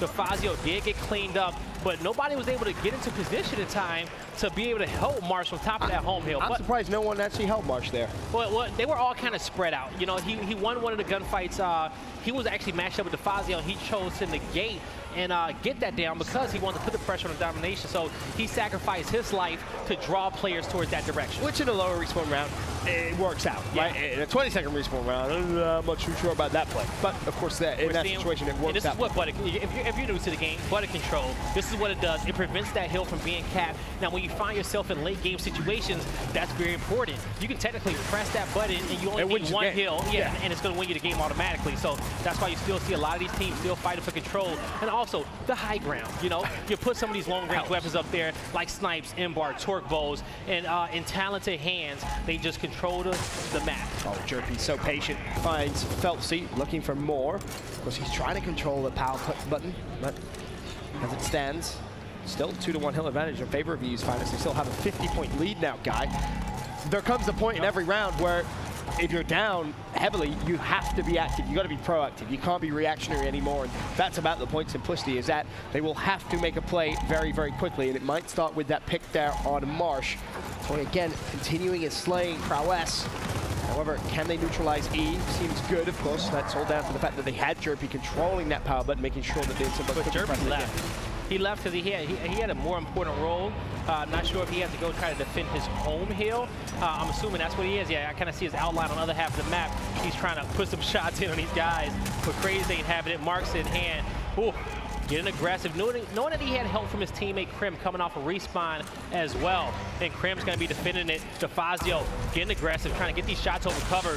Krim, he's going to fall. So nobody's getting points. But with this cap, EU's finest will get the neutral hill. They're on top of their home hill, and they're going to get another round on the board. And again, it just comes down to, was it too late? By the time Simplicity made their move, made their decision, time was against them, but it was always going to be against them. EU's Finest just kind of comfortably close out that round. It basically comes down to, are they going to needlessly throw away their life? Not the case. Good rotations from them. Make sure that they keep the pressure back on Simplicity, and it's what you need to do in those situations. You should never, ever, ever turtle your home hill. It always ends in just tragedy. Yeah. It always ends in holding a big old L. Because I feel like some teams just don't know proper setup, especially when it comes down to turtling. Right. But also at the same time, when you still stay somewhat aggressive and at least have one player roaming, it works out for them. It works out for them. But as you're going to see, EU's Finest with a 2-round lead. And, you know, hey, we're going to see as they push through. Getting some shots in, they're going to actually have it down. So here comes EU's Finest bringing it into action. Looking to take a quick 2v1. All of a sudden, EU's Finest in a very nice position to close this out. Simplicity, though, now, but by no means out just yet. Chirpy looking for more, but Phelpsy and Hydrone spring into life. Hydrone with a double, and just as quickly as you think Simplicity may be able to take some control of the map, it's snatched away from them. Of course, Eternity up top trying to put some shots down. However, it looks like both players Boom shot in hand, EU's Finest may be able to get out, and Phelpsy recognizes, hold on a minute, Hydrone, mate, I've got tap up. You tap up. I ain't even picking you up. No, not a chance in the world, my friend. Because, yeah, nobody had any weapons that could have cleaned up that kill off the ground. Nobody had the angle based off the position in which he was in. But now, boom shot in hand for Phelpsy. He was looking to break through to try to get back towards that neutral hill, but he's kind of leading this pack and taking a lot of damage. He's going to need Craze to kind of spring more into action and draw the attention towards him so he can get some clear shots with the boom. And that's kind of exactly what happened on that one. But the home hill still in favor of EU's Finest. Tie game. No more boom shots in place, but they will have 2 members down of Simplicity, and they're looking to start to put some pressure in on the home hill soon. No, of course, you just saw the Ensign come down as well. As soon as that's off respawn, you may potentially see the E-Hill captured. That's where EU's Finest have dedicated their resources towards, and ultimately now they have it neutral. Should be good to get it capped. If you're Simplicity, you've got to worry about your home hill and being collapsed, and you cannot lose these next few gunfights, and Soda does a good job of winning the first. Yes, he does. They're going to get those shots. Jerpy's going to pick up that next Marksa. So, and there go Phelpsy with one of his own. So 2 hill advantage in favor of EU's Finest, looking to tie this one up. You see the recoil control, and that Marksa, that's a very difficult weapon. It takes a lot of skill to use that one. And now, they're looking to get some shots in. They're going to go clean up those kills. So that's going to be 2 members down to Simplicity. The neutral hill is going to be in favor of EU's Finest. Marsh has a 1v2 up top that he's trying to come out on top of. He manages to stay alive, buy some time for the team. The D hill's getting decapped. And this is those positions where you're trying to fight all those fights down low on top of the home hills where you're fighting that type of top of control room. You can't rotate down quick enough to try to prevent that trip cap domination. But somehow they do manage to make it there in time, but not after EU's Finest builds a sizable lead. And here's the thing. We talked about the momentum, the control, who's controlling the tempo. First off, it kind of felt like Simplicity was able to do that. Now, all of a sudden, it very much feels like it's back in EU's Finest way. They're controlling pretty much everything. The question now, though, can they close out this round? Because we did see Simplicity steal, I believe it was the 3rd round in the first half, right from underneath EU's Finest's nose, so to speak. Will they be able to do it again here? As EU's Finest 165 to 102. They are the only team with the hill in their name. Phelpsy with the team goal is going to have to make up for that. Luckily, a teammate is in support. 2 teammates actually in support there, and they have Soto pinned in the corner, but they don't want to isolate him just yet because they're happy. They're happy. Look at the points. Yeah, you also at the same time, you can't leave Mark there by himself, but they were waiting for the boom shot, and there's the double. That's why. That's 3 down. That's why. That's 4 down. Krim, can you get the 5th? Go for it, big fella! He can't get it, but the teammate Hydrone was there in position. And there you go, the rest of these points going in favor of EU's Finest. It's about to be match point. Yep, wonderfully done. Really, really well played. You would love to see Krim potentially do it all by himself, but luckily he had Hydrone in support there just to clean up the trade. Nevertheless, 6-3, and you see the smiles there on EU's Finest. Again, an orgless team. Yes. The fact they are orgless is, quite frankly, mind-blowing. But hey, these players, they just wanted the best option for them. They know their worth. They know they're the best team in the region, and they know that they have a very, very high chance of winning an event this season. As I said beforehand, at least one of these international teams will win an event. And I think their chances are a little bit higher than maybe we perceive. And I'm sure good old Intel Vel. We'll touch on that after this map, but I'm not gonna give anything away. Yeah, I got some stuff I need to get off my chest. Okay, all right. Well, Craze has 37 kills, by the way. Woo. Papa Craze, the main player. Oh, lordy, lordy, lord. That is a lot of kills to get. But you know, one reason why Craze is able to do things like that, you got your in-game leader, right? You got Phelpsy, who's directing the rest of the troops, you know? You got the rest of the young guns on the team, in Crim, in Marsh, Hydrone. You know, he doesn't say much. He just goes out and slay, plays his position very, very well. And Craze, it opens up a lot of doors for him. To be honest, I just think this team is maybe just really playing happy. Yeah. Right, when you're happy when you're playing, it may just make you play a little bit better, so to speak. But I will say this, though, Benson, we've seen a lot of 6-3 comebacks, especially over the last 2 events. And as I say that, Simplicity gets a domination, and they put another round on the board. All right, that's how it starts. Yeah. You have to win that first round. And it was a quick one, too. It was a very quick one, and that's important as well. The speed of which you're winning the rounds, in my opinion, really helps get momentum in your favor as quickly as possible. The problem, however, that you will have is you have no more weapon placements. It is all now for EU's Finest to dictate the final 3 rounds. Whatever they want, whatever they choose, they can put on the map. That's true. That is very, very true. And they can kind of make this map into what they want it to be and put it in their favor, especially if they lose these next 2 rounds. So let's see. We'll take a look at the overhead board. We got the incense up top. We got that boom shot down low. And this is something that, you know, we see Simplicity. Hey, that boom shot strat's been working for him. We'll see if Jerby can make some key plays with this Marksa. Both teams being very methodical with this push, just trying to get some damage in, just trying to be annoying. He's going to call out Soto's weak. They're calling out that sniper character. And now you see the 1v1 up top. They're just going to run past each other. The flank comes through down low. We'll see. The boom shot's still in play. You got Phelpsy staying alive, using that Marksa shotty out. He's going to win the gunfight. Now, if he can get a sight line on that boom shot, he had to reload his weapon. Couldn't get the shots in. With Crim winning that fight, they're not going to waste any booms just yet. And that was such an important win from Crim. If he was able to stay alive, it would have been a little bit better. However, EU's Finest are starting to show some cracks in the setup. For now, it seems good. That should be relatively even. Both teams sort of waiting to come on sport. This boom fight on Forge is a very unorthodox fight in which you kind of need a lot of practice for. It's something we've been seeing a lot more recently over the last 2 events. And, you know, it's been working out for both teams. Jerpy uses 2 good boom shots, and what is that going to equate to? Control over that neutral hill and a 2-cap for Simplicity. We'll see what they want to do next. Craze playing that defense. And let's not forget, respawn timers going up 2 seconds every round. For now, though, I don't think Simplicity want to go for the trip cap just yet. Surely it should be about setting up in a position to get another wave of kills unless they want to completely collapse behind the 2 remaining players. And you see that MLG Lancer skin, though? Ooh, looks pretty nice. Looks pretty dope. Look at that. Yo, Crazy's a little behind him, though, because that's where Soto's coming from. Crim to the rescue, surely. I tell you what, that could have been the opening there for Simplicity. 2 kills now for EU's Finest. Is this the turning point in the round? As Crim looks to just get some damage down, maybe head up towards E. Button control is in favor of EU's Finest. It's just been used as well. So that's going to stop those players from having to go that direction. Maybe funnel them towards the middle of the map somewhat, but still, it's a 2-hill advantage, and we're about to have a lead change in favor of Simplicity, but we'll see what they decide to do. Phelpsy trying to put himself in a power position. They're going to call Hydrone down for reinforcements. They're looking to push through and take out this player in underpass, but he's going to have a right-hand advantage. The incense comes out, so they're looking to force him backwards. The smokes come through to block that sight line, but still a player up top in that control room power position. It's Soto. That's why you have to have a control, but he got down long range from the Marksa.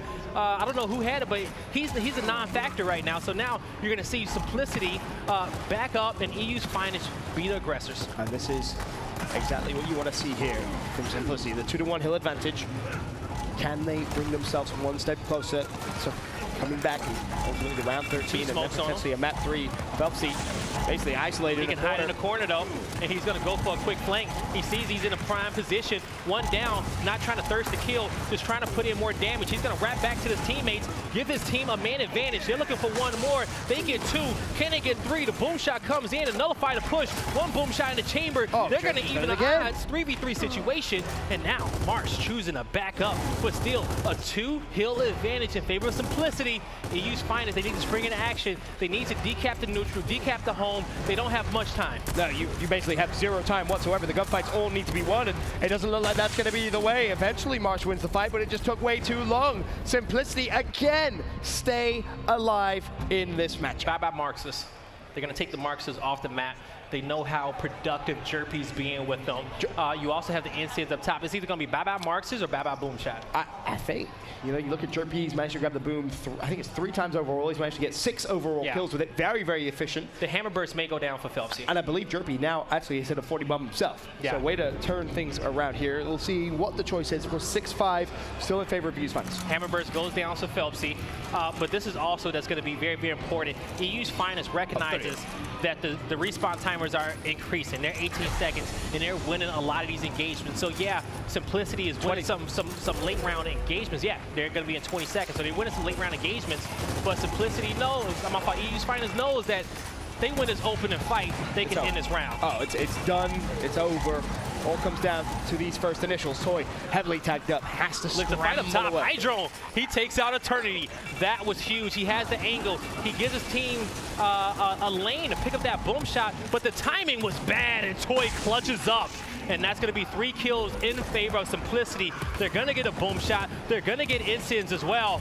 This one is looking like it's going down to the wire, but Hydro winning the button fight is going to buy some time for his teammates to respawn, get in position, defend the home hill, but you're going to have to worry about the boom shot, and it's going to be in the hands of no one. Yeah, it was picked up by EU's Finest and instantly dropped straight off the bat. I believe it was backpacked as the kill came through. However, Simplicity have given themselves prime opportunity of taking this round and ultimately taking this to a game 3. Toy scrambling away. He really was a key factor in this round for Simplicity. A beautiful double over towards where the B hill is, of course, in the first half. What more damage can be done? 2-to-1 hill advantage, a 41-0 point lead as well. This, quite frankly, is Simplicity's round to throw away. Yes, it is. An Eternity getting these shots. I'm loving the angles by Simplicity.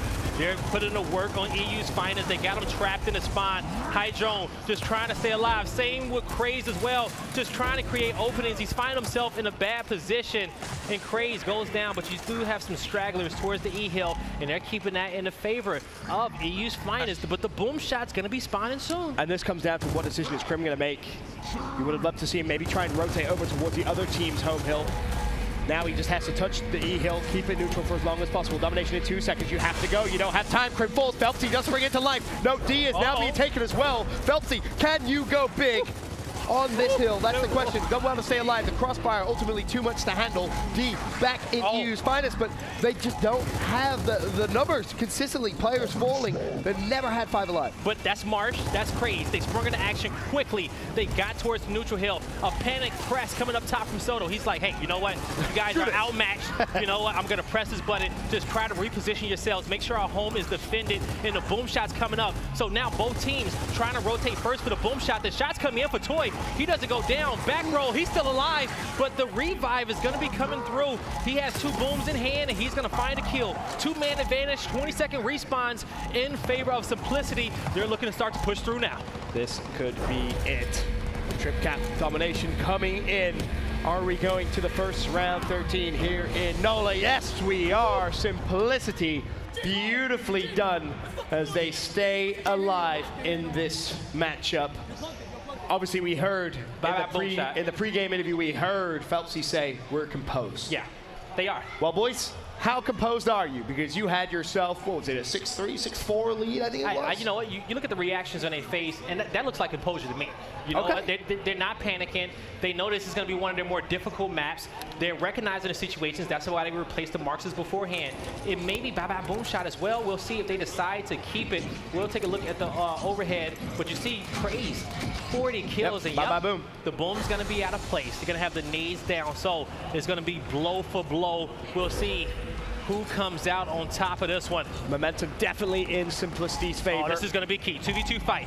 Now, before, EU's Finest has been winning pretty much the majority of these 2v2 fights up top for control over this button. We'll see what they want to do. the flank probably should come through. Yes, it does for Soto. He's going to back up Craze, and he's able to get a kill. So Marsh in a difficult position. He recognizes it, can't get the down. He does have cover, so he can't get his life back. We'll see Eternity looking to get aggressive and find an angle. Marsh has his health back already. Get some key shots in, but they're patient still.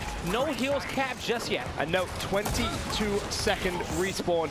Kills are going to be huge here. Krim and Hydro both pick up big ones of their own. Jerpy looking to trade it out. It's down to Phelpsy. Basically a 1v1 for the neutral hill. Jerpy, he's been phenomenal thus far. 41 kills, looking for number 42. Phelpsy trying to go wide as well. Both players so unbelievably weak. The fight lasting so long. Ultimately, Phelpsy does drop elsewhere. Hydro's found a pick on his shoulder, but 2 kills come in for Simplicity. Eternity and Jerpy both win their 1v1s. Crazed and Marsh have to go big.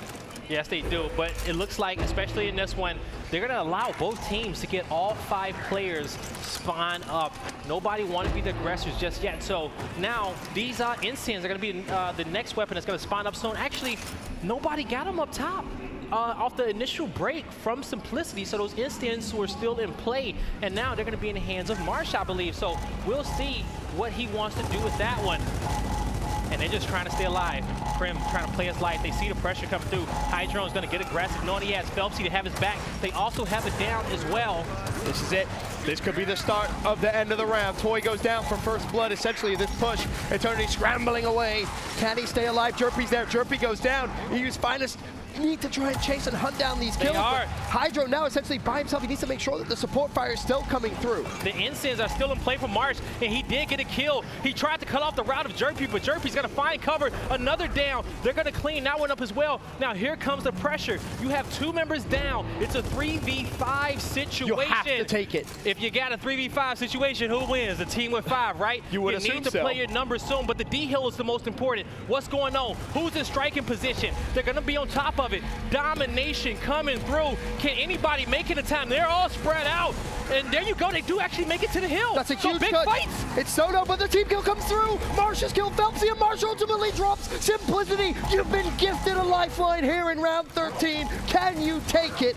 D still in their control, and now all of a sudden the tables have turned. The pressure comes through. Hydro holding off a 1v2 situation, trying to find these angles. He's taking a lot of damage, but most importantly, he's being a distraction. In these 22-second respawn rounds, you want to buy your team as much time as possible, but in those engagements, the positive, EU's finest took the lead away in that one. And Krim overcommitted over towards E. It was a 2v1. Eternity shuts him down, and now all of a sudden Simplicity, they eye the F-Hill. They can smell map 3. Can they take it? DeFazio with Instants in hand, throws out the first, doesn't connect. Second one doesn't connect either. They got nades too.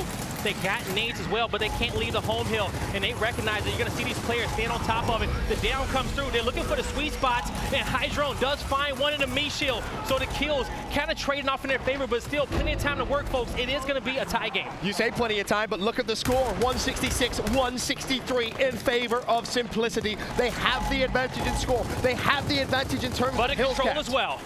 It's pretty much all in their favor. And there's the beautiful flank by Soto. Marsh does find a kill, but they're going to have to force to drop back, and he's going to be forcing a few players to him. So how many players? They need to get him as soon as possible so they do make it to the hill, but it may be too little, too late, folks. Simplicity. Maybe not. Maybe not. Is there anyone over towards D? They're touching D. D's been neutral. Oh my God. D and E both neutral. 207, 183. D's being capped. It comes down to the kill. Grace has to go big. He shuts down Eternity, but he's being capped, as well as that Jerpy for his 45th kill of the game. Flies in to save the day. They cap the home hill, and they force a game 3. Woo! Coming back from the 6-3 deficit, Simplicity making it look simple. Oh my Lord, and you can hear the players themselves getting up, getting hyped, and rightfully so. A wonderful comeback from them. We talked about composure. Well, they have it in bucket loads. Simplicity, pulling that off. I mean, Waldo, what did we see there? Okay, I just want to call out Jerpy. 45 kills. Hey. Jerpy was that guy that everyone was like, Jerpy's just a support player. Well, he just dropped 45 for a W. So I don't know. You know, Jerpy's got the gun skill. It's there. It should never be a question. And honestly, what did I say in the first map? What did Simplicity not do well?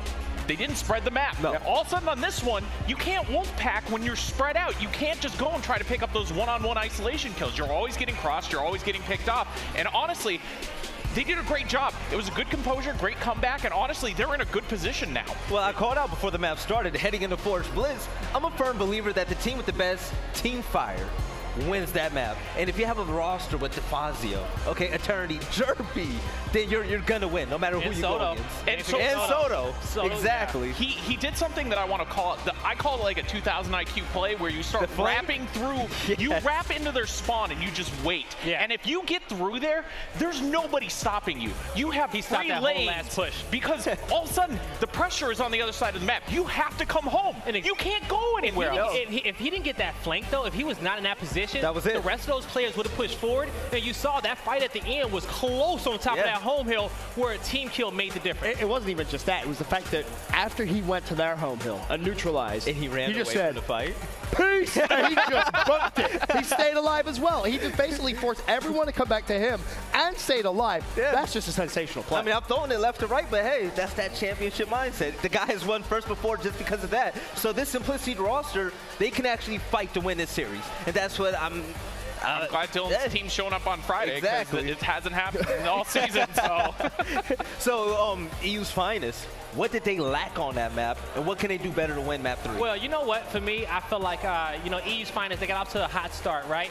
And they got to a 6-3 position. Yes. But also, after the dominant map #1, we know how this team can kind of be so lackadaisy at times, right? You know, especially after a dominant victory like that, Simplicity, they beat better teams than that beforehand, right? So I don't think that they were going 100% out the gate. And after they got that 6-3 lead as well, I believe it was like, all right, we're comfortable. But once again, as you know, in this game, when you kind of take your foot off the gas a little bit, teams will come back and beat you. And that's what we saw. Simplicity wanted it more in map #2. But map #3, it's going to be a different story. I mean, we already saw an upset. This Ghost Gaming fell 0-2 to Fable. Can we see another upset in this matchup? Anything's possible now because new Fable showed up, and Zorkos and Striker are monsters. Reaction 2. What happened? Zorkos was disgusting. I said that group was a group of death, and you said you disagreed. What happened? I don't know what happened. Okay, so Waldo, how many hill clutches did Zorko have? Zorkos, 3v1 clutches. Did they win the game? They won the game. 2-0. Did you say that? Yeah. Yes, I did. No. First thing I said. Okay, he's old. He's getting old. Like in a dominant fashion, they were able to keep it neck to neck to Ghost Gaming, and then when it went down to the wire, they pulled away. The one thing I will say, how was that team change? Wait, because I will say, we were casting that game. Right? We were casting. I think it was like round 6, round 7. I'm like casting. I'm looking at Guy, and all of a sudden I hear a loud noise behind me. I'm like, what's going on? I turn around. Ghost Gaming is right there.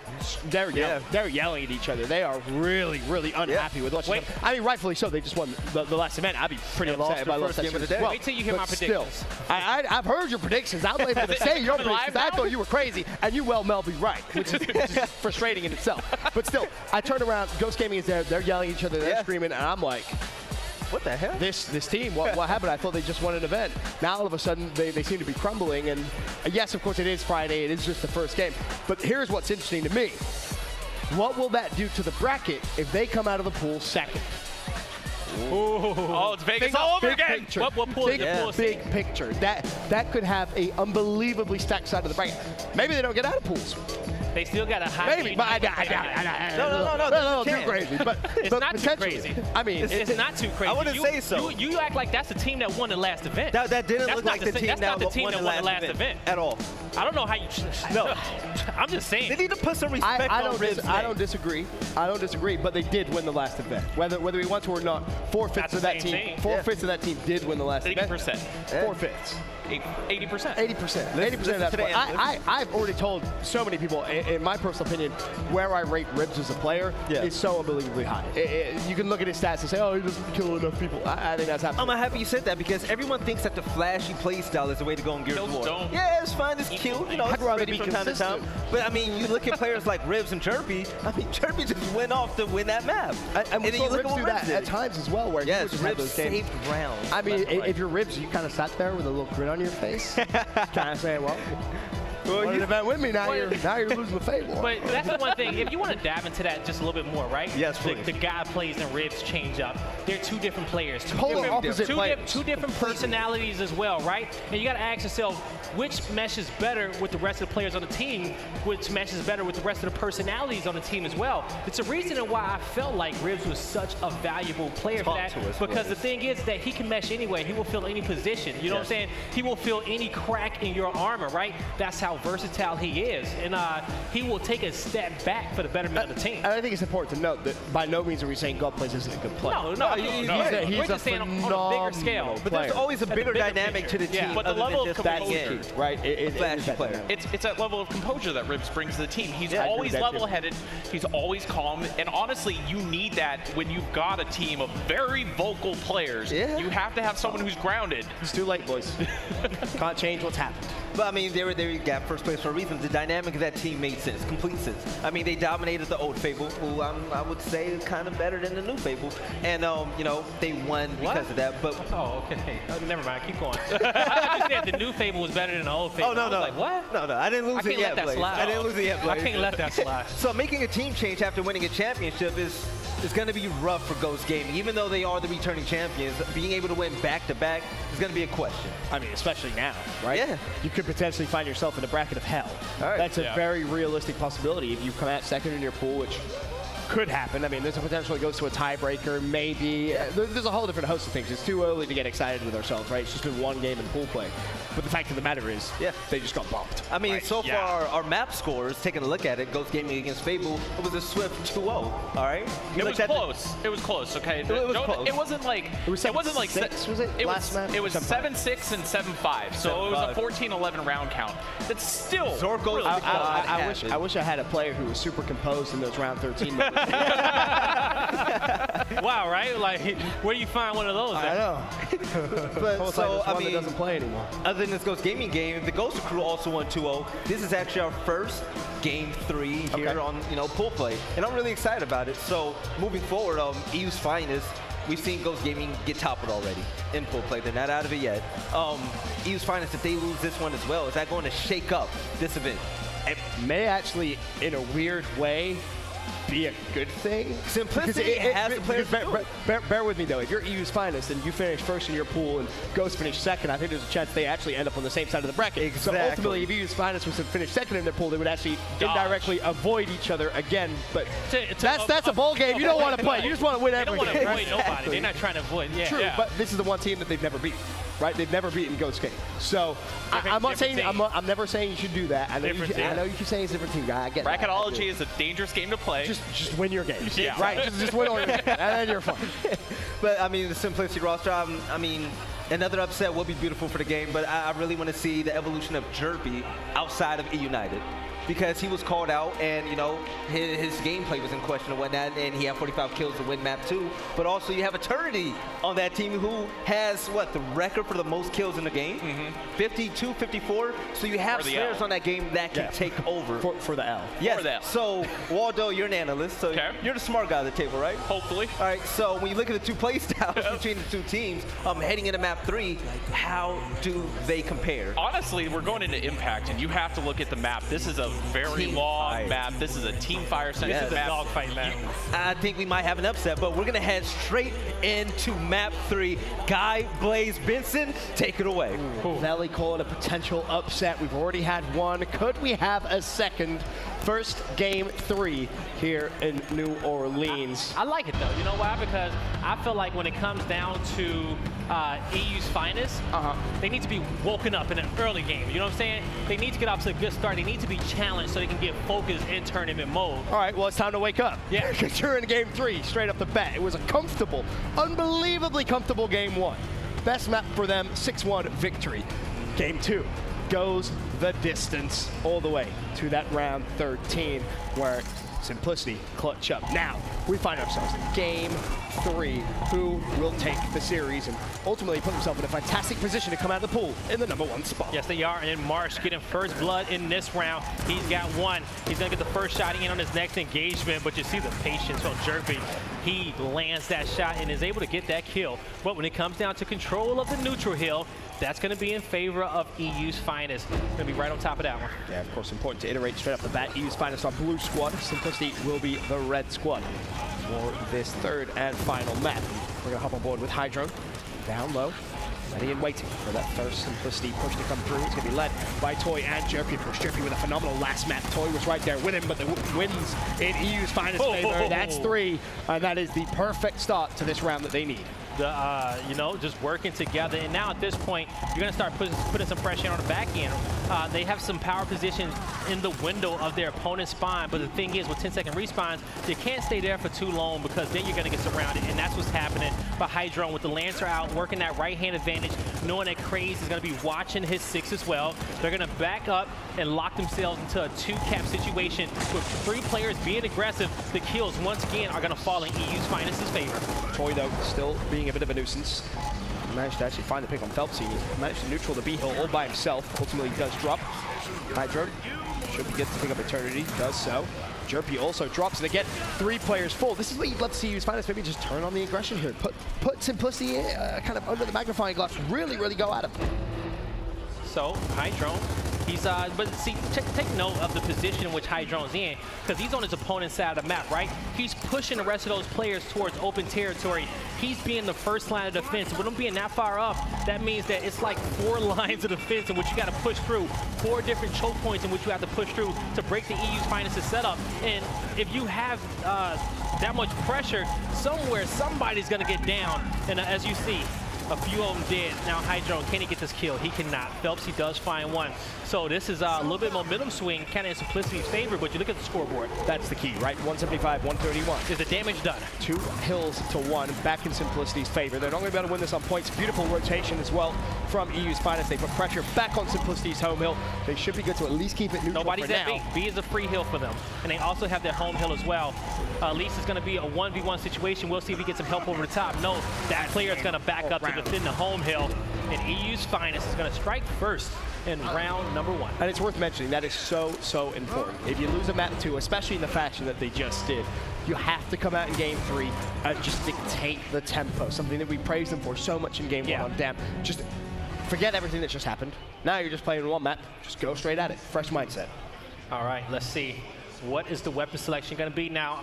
You know, Impact has been played a little bit differently recently over the last 2 events. We started to see a lot more boom shots being placed on the tail end of the map. But this is one map where just rotations are good enough. Get your rotations in, use those base weapons as well. We see a block being hovered currently, but we'll see where that block decides to come in, and it's looking like it's not. What they're gonna do in map number 2, your superstar that dropped 45 kills, your support player, it's Jerpy. He put so much damage in with those marks. They're gonna put him back in, right? It's a hell of a those support. dual locations. Your support, top fragging, making all the right plays, playing with boom, picking up double after double after double, 100% efficiency with that. Hell of a support player, yeah. It really is. But not off to the greatest start. Just 1 kill to his name after the first round. It was heavily dictated by EU's finest, but they have to snowball it. And I think the X factor that needs to happen is Phelpsy with these marks, and actually it's going to go in the hand of Craze. So the previous map it was all Phelpsy, but I felt like he was so-so with it, right? Not that big of an impact in those late game situations. He's better off with that hammer burst, but with Craze picking up the marks, we'll see if he can apply more pressure onto Simplicity. Well, so far so good for the scrub. 2 players fall for EU's finest. However, Phelps able to just slow it down a little bit. Shuts down Soto, and DeFazio also falls as well. So that potential push early trip cap has been halted as Eternity pulls back towards B. Just wants to go for the 2-to-1 hill advantage. All right, now, and we'll see. Eternity looking to push through, and he's going to end up falling in on that one, so he goes down. And that's the difference, right? If you compare the start of these first 2 rounds, they were almost identical, but just roles reversed. Yeah. You look at how EU's finest was able to control. They got the 2-to-1 hills, they waited, they got another wave of kills, then they pushed, and it essentially just, the round was almost won just by points if nothing else. Then Simplicity get control, and they just kind of look a little messed up, I guess is probably the best way of explaining it. They're not decisive. I'm going to be honest with you. I feel like EU's finest is one of the better defensive teams out there. And what I mean by that, I mean teams that just hold those 2 caps. They recognize, hey, we got a 2 cap, we can win off of this. They lock into their setups, and they put themselves in such great positions. Now, the chaotic maps are the ones in which they kind of flutter on, which are like the foundations, the forges, and also, you know, maybe sometimes Lift, but not so. You know, Lift has a little bit more structure as well. It's a good point. And it's funny because it's often what we critiqued them for earlier on in the seasons was very much when you have a 2-to-1 hill advantage, sometimes you have to go for it. Sometimes you have to apply the pressure and go straight for a trip cap. But as it stands, of course, these finals are still 1-0 up. Still just kind of dabbling with the 2-to-1 hill advantage. A looks as if it is going to be taken away from them once again, but they have that point lead, 131 to 109. And here comes the players off the spawn, and this is one of the changes that was made this season into Impact, was those home hills being backed up a little bit further towards spawn because they were in a difficult spot. The A hill is starting to get decapped, and so that's going to be very big for EU's Finest because they get some breather room, and now we're going to have a lead change. I prefer it very much because it basically turned a, what, 10-second respawn into what was it back then, a 17.5-second respawn. That's true. So long to get your home hill, you're basically at an instant disadvantage. So just kind of moving it a little closer to the spawn makes it a little more realistic to your actual spawn timer, if nothing else. It definitely makes it a little bit harder for those trip cap dominations to come through. And like I said, when it comes down to those 2 caps, EU's Finest on defensive setups is one of their strengths. But Toy is going to have to back up. You're going to have a member down of EU's Finest on the other end of the top tables. He's getting aggressive. He recognizes that. Soto able to pick up a kill on Mars, and they're trying to beat aggressors, looking for the angle through the smoke. He's going to be able to find another one, but I think he's getting pinched from behind as well. Bear in mind, C's neutral now as well, guys. So basically, Toy has to swing into life at B. And is this 1v1 going to be taken? Hydro is going to stay. He now finds himself in a 1v2, and with that miss roll, he's going to get cleaned up very, very easily. But look at the score, 195, 193. Can the C hill get capped quick enough? EU's Finest, have you done enough? Toy. They can win off the one. Lingering over towards A. Big fight, they can't let him touch it. And yes, they won't. Yep, there you go. EU's Finest comes out on top and into this round. He was close. One. He was very close. So they just had to get the home close. hill capped up 2 seconds earlier. You get the home hill capped up 2 seconds earlier, they may win it in one of those 209 to 209 fashions. And it was weird because realistically that got a little shaky because of Hydro down over towards the B hill. You saw what he was doing. He was waiting just for that little opening. But realistically, if you'd pushed that fight maybe earlier, forced a 1v1 as opposed to rolling into a 1v2, maybe that round's a little more comfortable. Exactly. I still think in that situation, he played it right because he was waiting just to see if maybe he could isolate that 1v1 at the very end just to secure the win. But, however, Simplicity do not allow him to do so. And 11 kills for Crim, by the way, so far in 2 rounds. That is a hell of a start and such a good response after what we saw in game. It really is. You know, I saw a little bit of his movement early on in this one, and he was moving crispy. Crispy. I'm pretty sure he's going to stay on the top of the leaderboards for the rest of this matchup. But with a 2-0 lead in favor of EU's Finest, they had a 6-3 lead beforehand, and we'll see if, you know, they can keep the lead in this matchup. Well, as it stands, Craze looking to maybe find a second of the round. Finds the first in terms of Jerpy.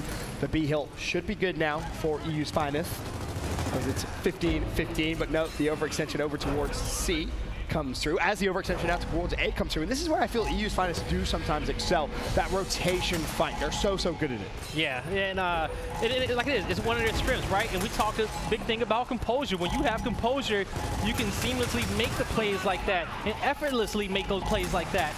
But with the marks coming in, that's going to be a headshot for Craze. Here comes the rest of the cavalry looking to get the domination. You see how open this hill is. They can't touch it. Eternity, that's going to be Soto. He's not going to have many lanes to shoot with the marks in the hand as well. Such a good decision from Craze as well to recognize, all right, let me push off the hill now. Let me just get an extra couple of yards to my advantage, force that fight a little earlier, not allow anyone to roll in, and potentially keep that hill neutral. Of course, you go back to game 2, very close. Yeah. Plus, he definitely showed us a few big signs of life. It came in the 3rd round. This time, it isn't. It's 3-0. Simplicity need to win their first round, and they need to do it soon. This is the composure on the face of this team, you know? When it comes down to, you know, intense matches, you'll see them get hyped. But in these type of situations, they stay focused in throughout the entire matchup. You know, we've seen them get crazy, especially when they played against Optic Gaming. They used to talk trash. They go back and forth with each other. It's a team where if you engage with that first, that's true. They will always respond. They're they will never not respond. They were like, okay, this is the game you want to play, bet. But you don't want to take them there. Right. No, you really don't. But if for whatever reason they do start it, that's when you know you're in trouble. Yeah, they're going to be playing at 110% at that point.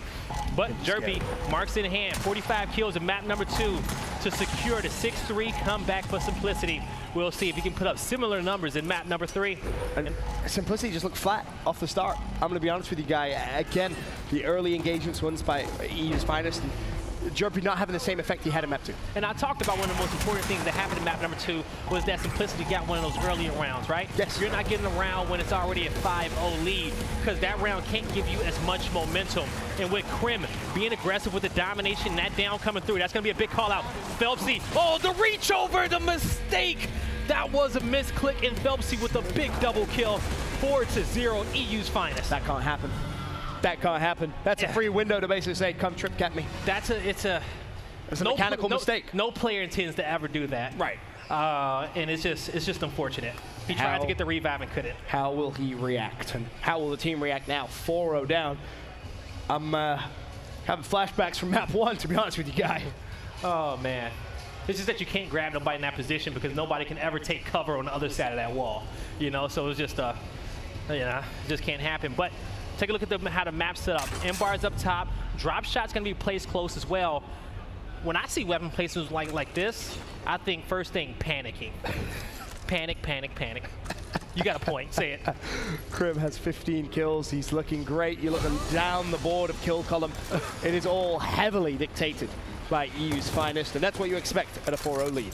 And when you see players like Krim who kind of step up, you know what I'm saying? 14 seconds dead. That's not even 14 seconds dead. That's 15-1. Okay, 15-1 is his KD. And when he's doing that, you know things are bad because he's not one of the top 3 slayers on his team. Krim has died once. Krim, we're gonna hold off on him, right? This is his map. This is his moment. Just give him the spotlight. This is his moment. Now let's see what he's made of. Hopefully we don't cast to curse him, but he's gonna be in a prime position, help the rest of his teammates. Also notice downs too. 7 downs. Managed to do just a good overall job as finally EU's finest will get their first hill. That's gonna he dodged. That was a good dodge, and that was a something small he did mechanically, able to just back up, recognizing that the drop shot in the hand of his duo, Marsh, the M-bar in his hand, another one on the board. Not yet, actually. They still have plenty of drop shots to use. So also no spawn shield going to be in place either. You see Craze, he's just going to wrap around wide, get the kill. Nobody's in position. All members dead. 5-0, EU's finest. Well, GG. You know, feels that way. The comeback happened in map number 2, but it was 6-3. Simplicity is going to have to step it up. I feel like EU's finest is just a little annoyed at what happened in map 2. Yeah, to be completely honest. 100% they are. They're like, guys, I was hungry. I was looking forward to some New Orleans food. Now I'm playing in the game 3. Yeah. It's an extra 45 minutes of my day. Just gone out the window. And so they're trying to end this quick. And as I stated, it's a few different things of how you can look at that. One, EU's finest not coming out the gate at 100% because of that dominant map 1 and how they view a team like Simplicity. Number 2, the high staticky maps, okay? The foundations, the forages, not really kind of geared towards their play styles, especially with those rotations. Big open maps. Jerpy took control of it. A map like Impact is in their favor. Also, I feel like they have woken up and they're like, all right, you know what? We're tired of it. Let's end it. No more playing around. We got our reps in. I mean, the big thing is Toy has, I think it's 9 kills. No one else on his team has more than 5. So that's definitely on a positive note, I did say with the positional change, you know, Toy will be doing different things, but he's going to need some help as well. And I, you know, hey, we'll see what happens on it, right? I'm looking towards the Fazio and Eternity to make some game-changing plays. They definitely need to step up. Of course, 22nd round. Phelpsy already finds himself 2, I believe, there with the drop shot, looking for potentially more. Still waiting for the first hill to be capped. Turn, just trying to buy himself some time. Phelpsy shuts down to Fazio, though, and instantly now this is where EU's finest could end this game. Yes, it is. Eternity taking a lot of damage. He's going to choose to roll up out of there. And now you look at the hills. Domination coming through early on. They say, come on, you got to push. 20-second respawns. Come out of your hiding places. Oh, Jerpy. Uh-oh, he got one. Does he get another one? He goes down. But also the home hills were contested as well. C Hill has a few players in that area, and Phelpsy's going to be by himself. Yeah, Phelpsy's one of them. Toy's going to take that fight straight to him. Could potentially be forced to back away, however. Nope, Crazed, M-bar in hand. And that's the one thing about their passive playstyle. You're forcing these locusts to come out of their emergence holes. You know, that's a game reference. Actually, yeah, there you go. And actually, I don't think they call them locusts anymore. It's a swarm, actually. There we go. Thank you, Waldo. Waldo corrected me on that one. That was poor. Yeah. I expected more. I should play more campaign. You probably should. I probably should. As it stands, though, 71-28, 2-1 Hill advantage in EU's finest control. And to your point, when they have that 2-1 Hill advantage, they look comfortable. They're never forcing anything. They're never over-committing, over-dedicating. It's very rare that they make those mistakes. And Krim still hasn't died, by the way, for this whole round. He still has 14 seconds dead. And it's funny because it gets to a point where you look at a player, statistically speaking, if they've only died once, you start to question, well, all right, are they doing the right things? Are they putting themselves in those positions as ultimately he should fall here? Was he maybe playing too passively? To be honest, I don't think Krim was. I think Krim did everything his team needed him to do. And he was just winning his gunfight. And then at the end, he decided to just force the situation to put it back in favor of his team on a 20-second respawn round. But it's showing that nobody's able to kind of close this one out in one of the best M-bars in the game. That's going to be crazy. When he has it in his hand, he hits even 20% more of his shotgun shots. Don't quote me on that statistic. What kind of stat was that? But that's how I feel in my heart about it, all right? You're just making up numbers at this point. But well, when Craze starts hitting his shots, he hits 40% more of his shotgun like this from fights. experience, whenever I had snipe in my hand, I did not want to die because I did not want to lose my scope. I started hitting more shots, okay? Because I value the weapon that's in my back pocket. So you're a selfish player who didn't want to lose his power weapon. No, that means I started playing better because I didn't want to give it to my opponent. Fair enough. I'll let you have that. There we go. Still a 5-0 lead. This one, it's gone to points. And, I mean, if you're EU's finest, you're just sat chilling, hanging out. Ready to get to this match point. You have such a big lead. You got the power weapons in your control. Simplicity loses. They've just been picked apart. I'm sorry. They've just been absolutely picked apart in this map 3. They look fantastic in map 2. They went into it with a lot of momentum too. When you hit a 6-3 comeback on your second place finishers from the last event, and you get up, you're coming in hot into map number 3, and then you just get 6-0'd, right? That's a vibe kill. That's a big one. Yeah, they're not. Is that the definition of lost 4? Yeah, man. I think at this point it might be, guys. I think at this point very well might be. Of course, they're not getting loud now. As EU's finest, just putting their hands all over him, to be honest. So, folks, we are going to be in our second half. Respawn timers back down to 10 seconds. You said that so happily. Yeah, we're back in our second half, so we'll see if Simplicity with the lower respawns can make something happen. But, you know, anything you can do, I can do better. That has to be the mindset here for Simplicity. The question is, can they do it? The thing is that it can take more opportunities in the early games since the respawn timers are lower, right?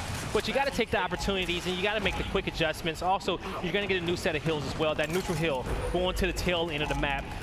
Your home hills are also going to be changing as well. Teams typically like to do the home hill setups on this side if they decide to go for a 2-cap and not really kind of force E too much. But also, we've also seen teams kind of put boom shots on this side of the map as well. I mean, the problem is as well, you don't have a single weapon placement now. Like, not a single choice. You have zero effect on what goes on the map. Considering you had all of the effect in the first half and it still didn't equate to anything, you have to feel like this one is pretty much over before it's even begun. Will we see a trip cap in the 10 seconds, or will it be a EU's finest 2-1 hold? Krim, is he still at 14 seconds dead? Nah, he's definitely died a couple of times. But that was a 20-second respawn round, so he's at 2. So that's 2 deaths. So he's 17-2. Pretty impressive. It is impressive. Pretty impressive as he looks for more. Again, I guess it's tough competition. By no means is this an easy game. This is a team that we kind of said the winner of this probably takes the #1 seed. It's been taken to a game 3, of course. But Krim just kind of making it look simple, for lack of a better word. 107-79, 2-1 Hill advantage, still in EU's finest. This just seems almost like a victory lap now for them, if nothing else. It really does. And you know, you still see them playing hard, right? You got these players trying to angle them out, put themselves in prime positions. You got one of your main slayers there. It's going to be Hydro. He picks up a big double. And now EU's finest is saying, hey, you know what? Let's put the nail in the coffin, bring the pressure. Let's try to close it out. They just scramble away. They realize smart. Too many teams would have done exactly that. They would have said, all right, let's go. This is our chance. And they over-dedicate. They fall. And that's when you get That's what makes them annoying, too. It's so frustrating to play against. You're waiting for them to make that mistake. And they just don't want to do it. They're just so patient. So very patient. It's so frustrating to play against because it's very rare. And it's even more demoralizing because you make more attempts trying to beat them and you're losing more. Yeah, they force you to play their game, and it's just been a wonderful display in game 3. Let's look at the scoreboard real quick. This is exactly why. Scoreboard. In case anybody decides to leave her early. Craze is basically what, died 2.5 times, maybe 3? I mean, when everyone's popping off like that, this team, there is nobody in the world that is going to beat them. They know it. They know it. 7-0. Folks, as you see, to win the first match on our main stage is EU's finest coming out on top in a 2-1 victory. Man, man, man. Wonderful. And wonderful that's the display match, from you know what? I wouldn't take anything negative from that map number 2 because that was the match in which they needed to be firing off on 4 cylinders for the rest of this event. I mean, you hope it's that early wake-up call. Yeah. Right? If you're an EU's finest fan, you're kind of sat there and you're thinking, okay, well, that was they were tested a little bit, but that's exactly what you want because too many teams come in lightly in pool play, they maybe get beat, and then it affects them in bracket play. That was a good response. I mean, a 7-0 game 3 doesn't get much better than that, especially when you look at the stats, the way the boys were playing. Yeah. Very, very good. I'm pretty sure I made a prediction earlier on saying that we might see an upset. I was just playing, by the way. No, you was not.